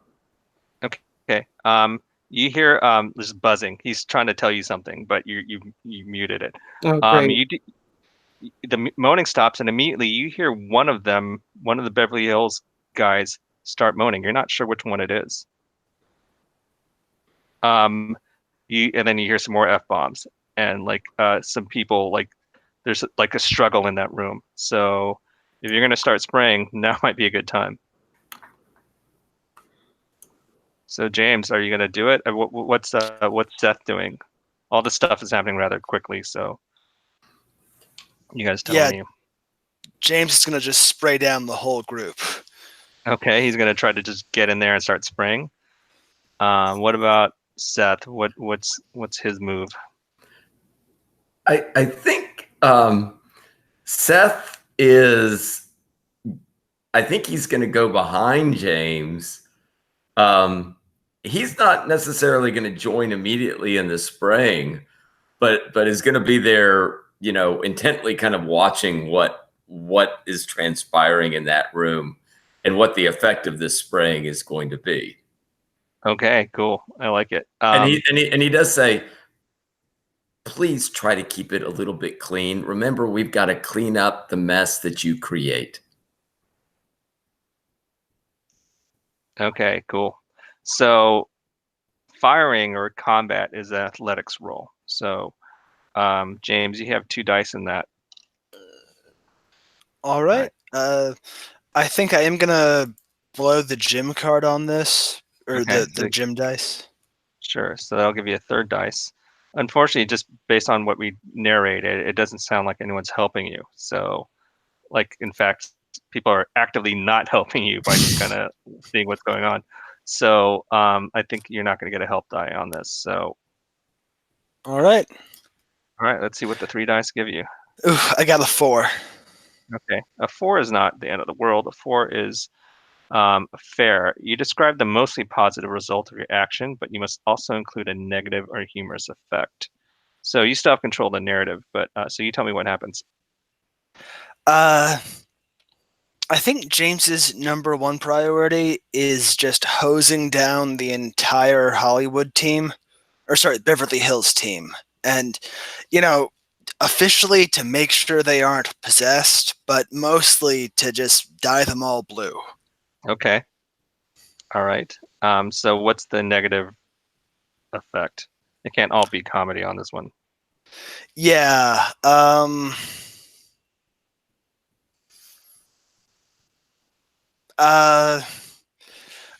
I guess I could see one of them just like getting spooked and just punching him right in the face. Punching. Oh, James? Yeah, Yeah, I like it. All right. So you're not sure if it's spooked, but one of them does flip out like, what the fuck? There's ghosts with power soakers here, and one just punches you. And we're gonna make you roll a stress for that. So that is 3 dice, and you can go ahead and roll that. Oh, I got a 2. That's the lowest. Is it? Yes. Yeah. All right. So on a 2, you frazzled. You lose 2 dice. So you can mark this on your sheet, decide on where you want, or 1 die from 2 skills. And that's going to affect your rolls going forward until you get that back. So that's what happens on a stress roll when you miss it. Yeah, so we'll say that he punches you and you are frazzled and maybe you go down like a sack of potatoes. Like he hits you and you weren't expecting it. We're going to also say that as you go down, the power soaker is just kind of spraying everywhere. And Dakota, you get a full blast of the chemical in your face. There's a scuffle. The Team Beverly Hills immediately starts throwing themselves at you, trying to punch their way out of this. The publicist is kind of like taking pictures of all this crap. It is pure chaos down there. One thing is for sure, though, Team Beverly Hills is soaked in the fluid, and you also got a lot of that sarcophagus at the same time. There's like crazy wild punching going on as you guys are pretty much just brawling with the Beverly Hills guys. Dakota, Seth is actually probably in a good position to not get punched or decked, but Dakota's right in there. He just got sprayed in the face by James's power soaker.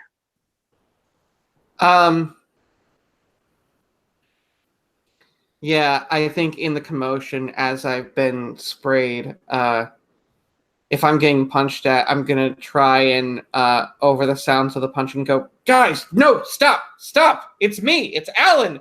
I got sprayed too. I like it. Robbie, what do you do? What's Seth doing? Well, I guess Seth is still. I mean, he's trying to think logically about what's going on, and he's thinking the sound. It has to do with the sound, and trying to kind of, despite all of the mayhem, trying to kind of figure out, like, can I tell, like, what's that moaning doing? Is it still coming from the sarcophagus? Okay, excellent. I know exactly what's happening now. Why don't we'll go with Peter? That is a contacts roll, I think, to kind of like fool everyone. Great. Or just yeah. Okay. So that's 4 dice, I think, for you, right? Yeah. It was not a good idea for me to try and punch back, but I thought maybe I can fool them. Sure. So why don't you go ahead and roll those 4 dice? And you remember you have cool dice as well. So you have 2 of them. Okay. So if you wanted to burn any of that, that's something you could do. Right now, I'm gonna stick with the 4 that I've got and hope for the best. Okay. And I rolled a 5. Okay, so you tell me what happens.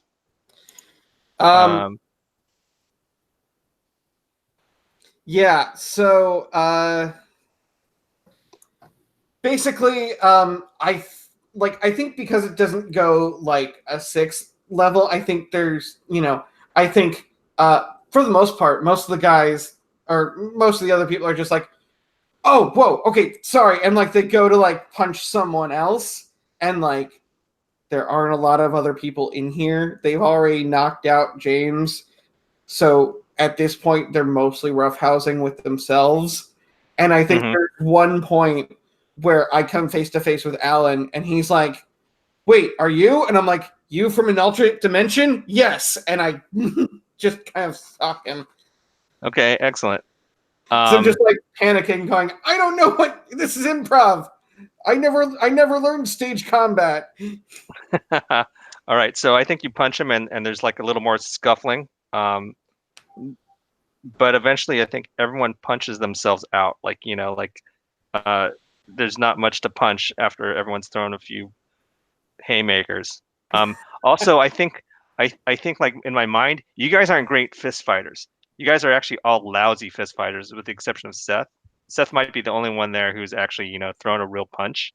The rest of you guys are just like throwing really bad telegraph punches, and it's really like that Star Trek episode where they go to,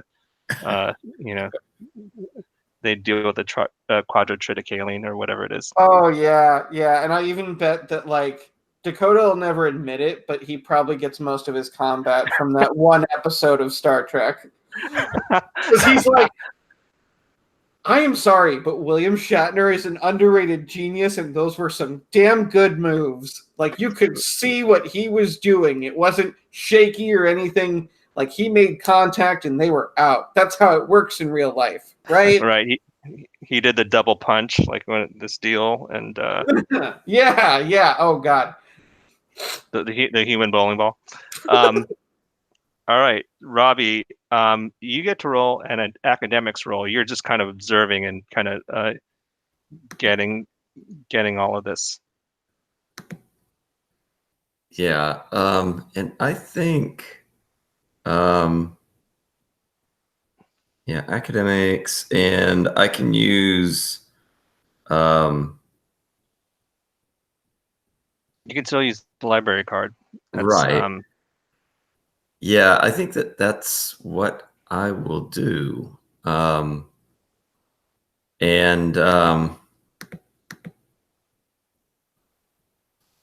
yeah, I'm going to use one of those. And I can also use a cool die, right? That I can give Yeah. up my cool dice to. Yeah.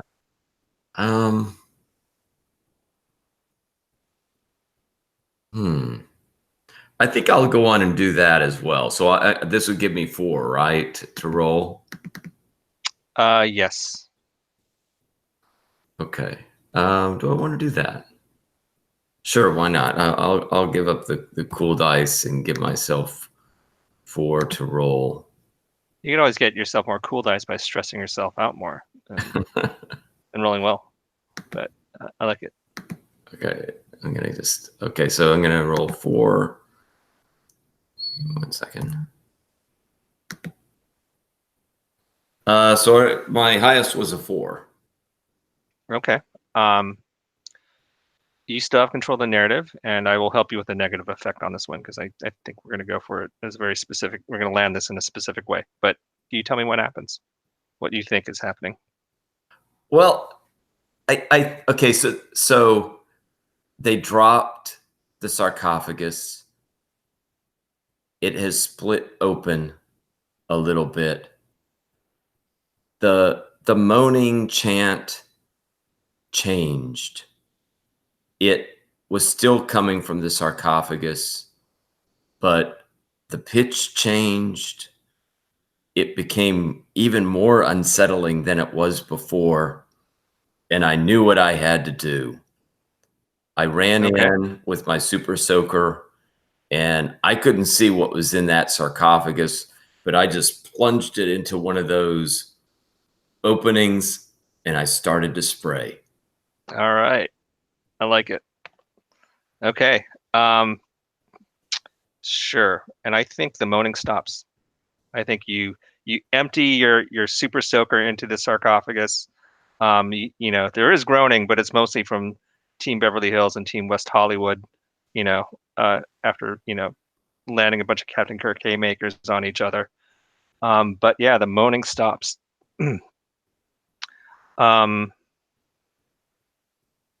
Moments later, more lights come down the stairwell. It's the maitre d and a bunch of the cooks with cleavers, and they they kind of like do, yeah, exactly. The rest, a lot of you guys like look really seriously blue and like physically blue, and it's all sorted out. Um, I want to hear Dakota's explanation to the maitre d of what happened because I think he does have the opportunity to like clear this all up. So Yeah, I think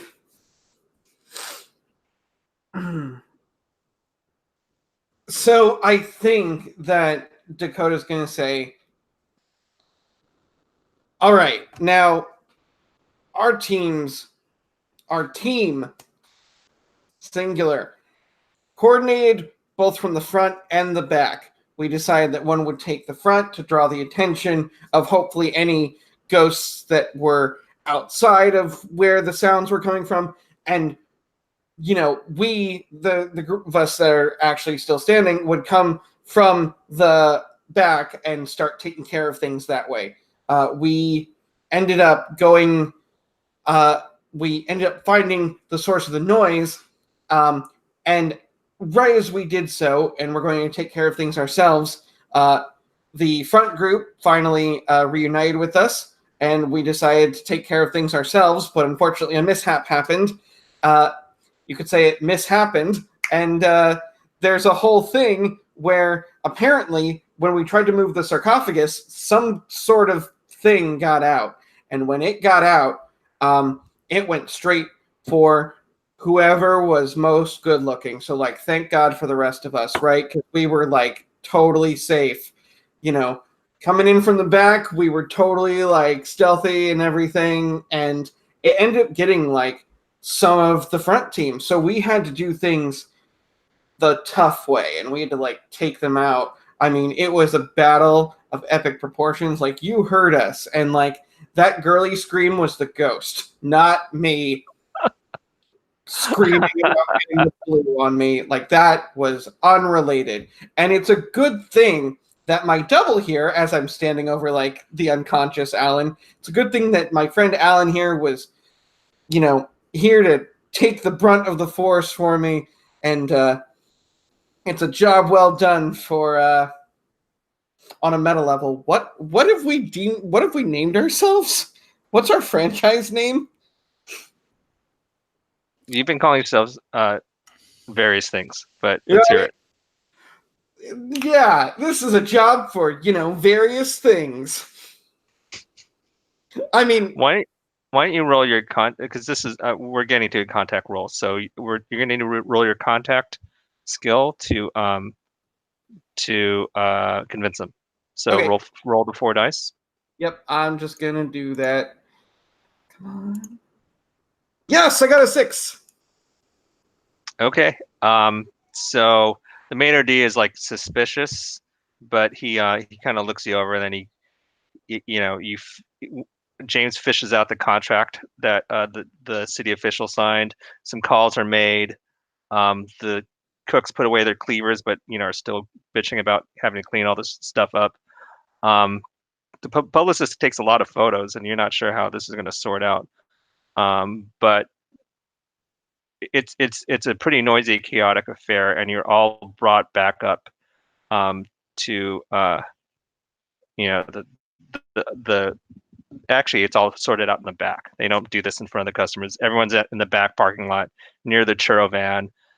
Calls are made. Smelling salts are produced. Your skin is already turning blue. And the Beverly Hills people are totally soaked. It's at this point that you notice that Alan is missing. You're looking around. Where's Alan? Oh no. Oh no. Maybe we're actually the same person. And he actually was erased when I came in from that alternate dimension that I totally didn't lie about. The Beverly Hills guys are, they're dejected, but they say, okay, you might have won this time, West Hollywood, but our publicist is going to totally change the story. Yes. If it wasn't for us mangy kids and our... I don't know. I don't watch cartoons. And you guys are basically cartoons at this point. Yeah, well, you haven't heard The Last of Us. I didn't even hear the first of you guys. Like, you guys just showed up. As you go on your tirade, they march off towards their van and drive off. Yeah, that's right. Leave while you still can, without your... And then I'll turn to the... And then, like, without your friend, and now I'll do a confessional, and just, like, to the camera. In all honesty, I am seriously worried about Alan. That's a loose thread that's probably going to come back to bite us in the butt sooner rather than later, as in probably within the next 45 minutes. Because on a super meta level, we have 45 minutes. Well, we're going to wrap fairly soon. Okay. Then, so what I'd like to do, so that's the end of the case, because you guys did solve it. You did get rid of the haunting. Basically, there are complications for sure, but I wanted to make sure we did the the mechanical part of this game on wrapping a job. So let me get here. We are on page 57 if you're following along. The final part of any job is the best part, and that's getting paid. The stage where you get to feed dice back into the franchise's card or bank account and work off that nasty stress with a relaxing vacation, if you can afford it. So you guys collected 15 dice. I kept track of it. So excellent rolling, by the way. So you didn't end prematurely. At the end of the mission, all franchise dice should be placed into one of the following areas. You could put them in cards, bank, vacation, or cool dice. No cool dice because you're not weird agents, and none of you guys are vampires yet. Vacation is the one we need to talk about because one of you did take stress. That was James. Stress is described on page 59. It's short and sweet, usually 1 or 2 days. But in terms of continuity, we're probably going to make it really fast. So you can spend dice on a 1-to-1 to return the dice he lost. So he lost 2 dice. So out of the 15 dice that you picked up, to get rid of them, you'd have to spend 2. So at this point, we also redistribute the remaining dice, which is 13. Assuming that you are going to reduce the stress, you would redistribute those dice back into the franchise cards. So I kind of want to see what happens if I don't take a vacation. Just like I want to roll the damage over to the next session. Okay, I think that's totally cool. Also mechanically, it's one of these things where since it's a dice pool mechanic, if you put the dice in the bank or in other cards, it's basically the same thing as covering for that stress, right? Because the dice still go somewhere, and you can still spend them. So you can still spend them to overcome whatever happened. But what do you guys think in terms of spending the dice back into the franchise cards? How do you want to do this? Robbie, you are the Mr. Bookkeeper out of all of us, and you have read the rules. So what's your thought?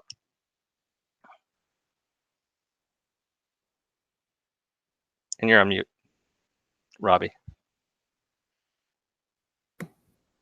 Yeah, I mean, I think it would make sense to me to just take. So how many do we have now? Do we have 14 now or 13? No, you have 15 because James decided he doesn't want to take a vacation. He wants to see what happens when it rolls over. So we have the full 15. Yeah, what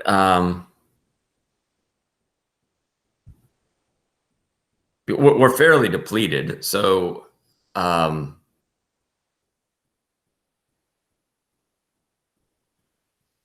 I mean, maybe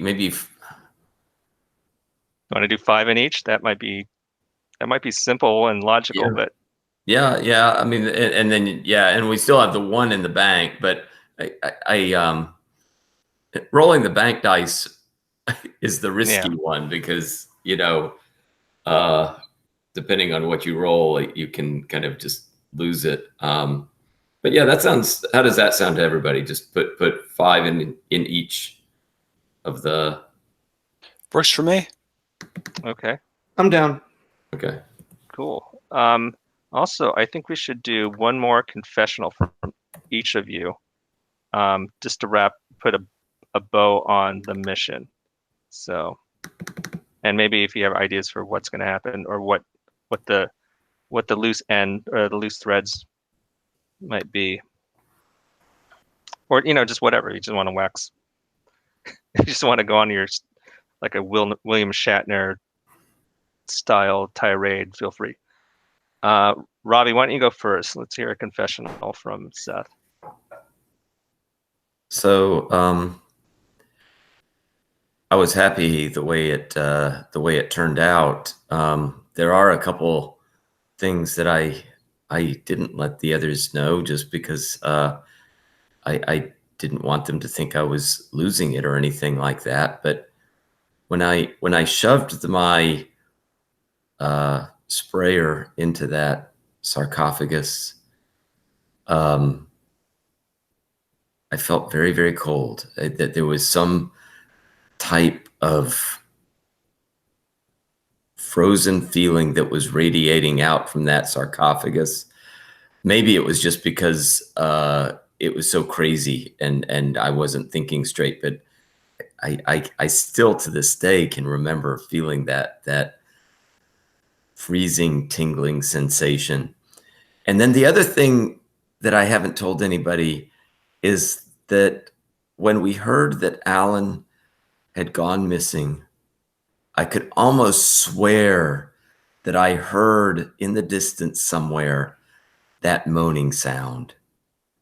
And again, maybe it was just my memory playing tricks on me, but and maybe it was just a coincidence that I thought I heard that when we heard about Alan going missing, but deep down there's something a little unsettling about that. Awesome. There's so many things we could do with that. It's gonna be great. Yeah. Even the little things we'll get to in a minute, but I'm very into it. James, why don't you go next and do your confession? So, I got punched in the face. Might have a broken nose. But I got to turn the Beverly Hills team blue. Honestly, not the worst day of my life. And that's it for me. Awesome. All right, Dakota, let's hear your confessional.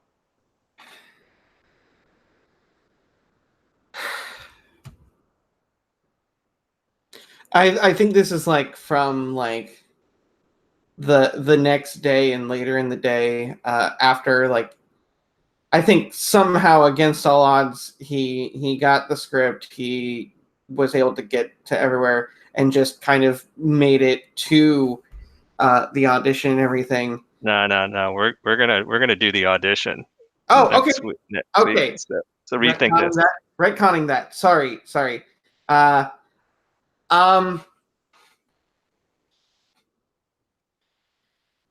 oh man, okay, cool. That went a lot better than I expected, honestly. Which, frankly, isn't saying much because I feel like maybe it's just me, but I've been flying by the seat of my pants since I walked into this place. But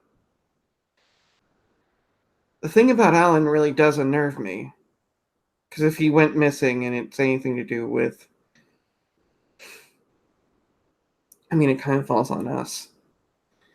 You know, as much as the Beverly Hills people seem to know what they're doing as a front, that's really all they seem to be, is a front. They're not coordinated, they don't know what they're doing, and we seem to actually have some idea of what we're doing. And this could really come back to bite us in the butt. I mean, like, I don't know.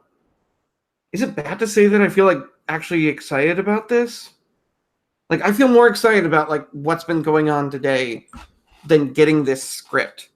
And like, I've read the script and I know it's just a pilot, but nowhere in there does it actually explain how the protagonist is supposed to surf at night.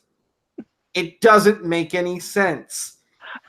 There's no, like, look, I'm not a guy who thinks that much, but even I'm like, if you surf in the dark, you're going to crash. And like, if you're going to be a police detective, I feel like the thing about that is like the whole noir vibe. There's really nothing less noir than like bright daylight shining down on you as you're like trying to hide the fact that you're a surfer. And like, how are you going to look like a surfer if you're not at all like tan because you're not surfing during the day, you're surfing at night? It just doesn't. I'm sorry. You probably don't care how much this is bothering me, but the fact that this is bothering me and I'm freaking out over the minutia. I didn't even know that word before I joined this place. Minutia. But like, I'm sweating the small stuff on this, and looking at the bigger picture, and it's like, who needs to act in any of this stuff when there's a whole freaking world of ghost crap out there? And yeah, I know, like, Zane showed me the whole ghost porn thing. But, like, come on. That's really just... I mean, I believe that about as much as I believe any other sort of porn. Like, it's all staged. So, the fact that there was, like, really something, and not just was, there might still be. Like, we could be on to something really big. We might be in over our heads. And that excites me. All right, I love it. I think there's a coda at the end of this episode. Like, you know, the credits run, and then there's a little bit at the end, a stringer, or bumper as they're called. Your phone rings again, Dakota. It's Frank. It says, "How dare you hang up on your agent? I'm What was sorry, going on?" Frank.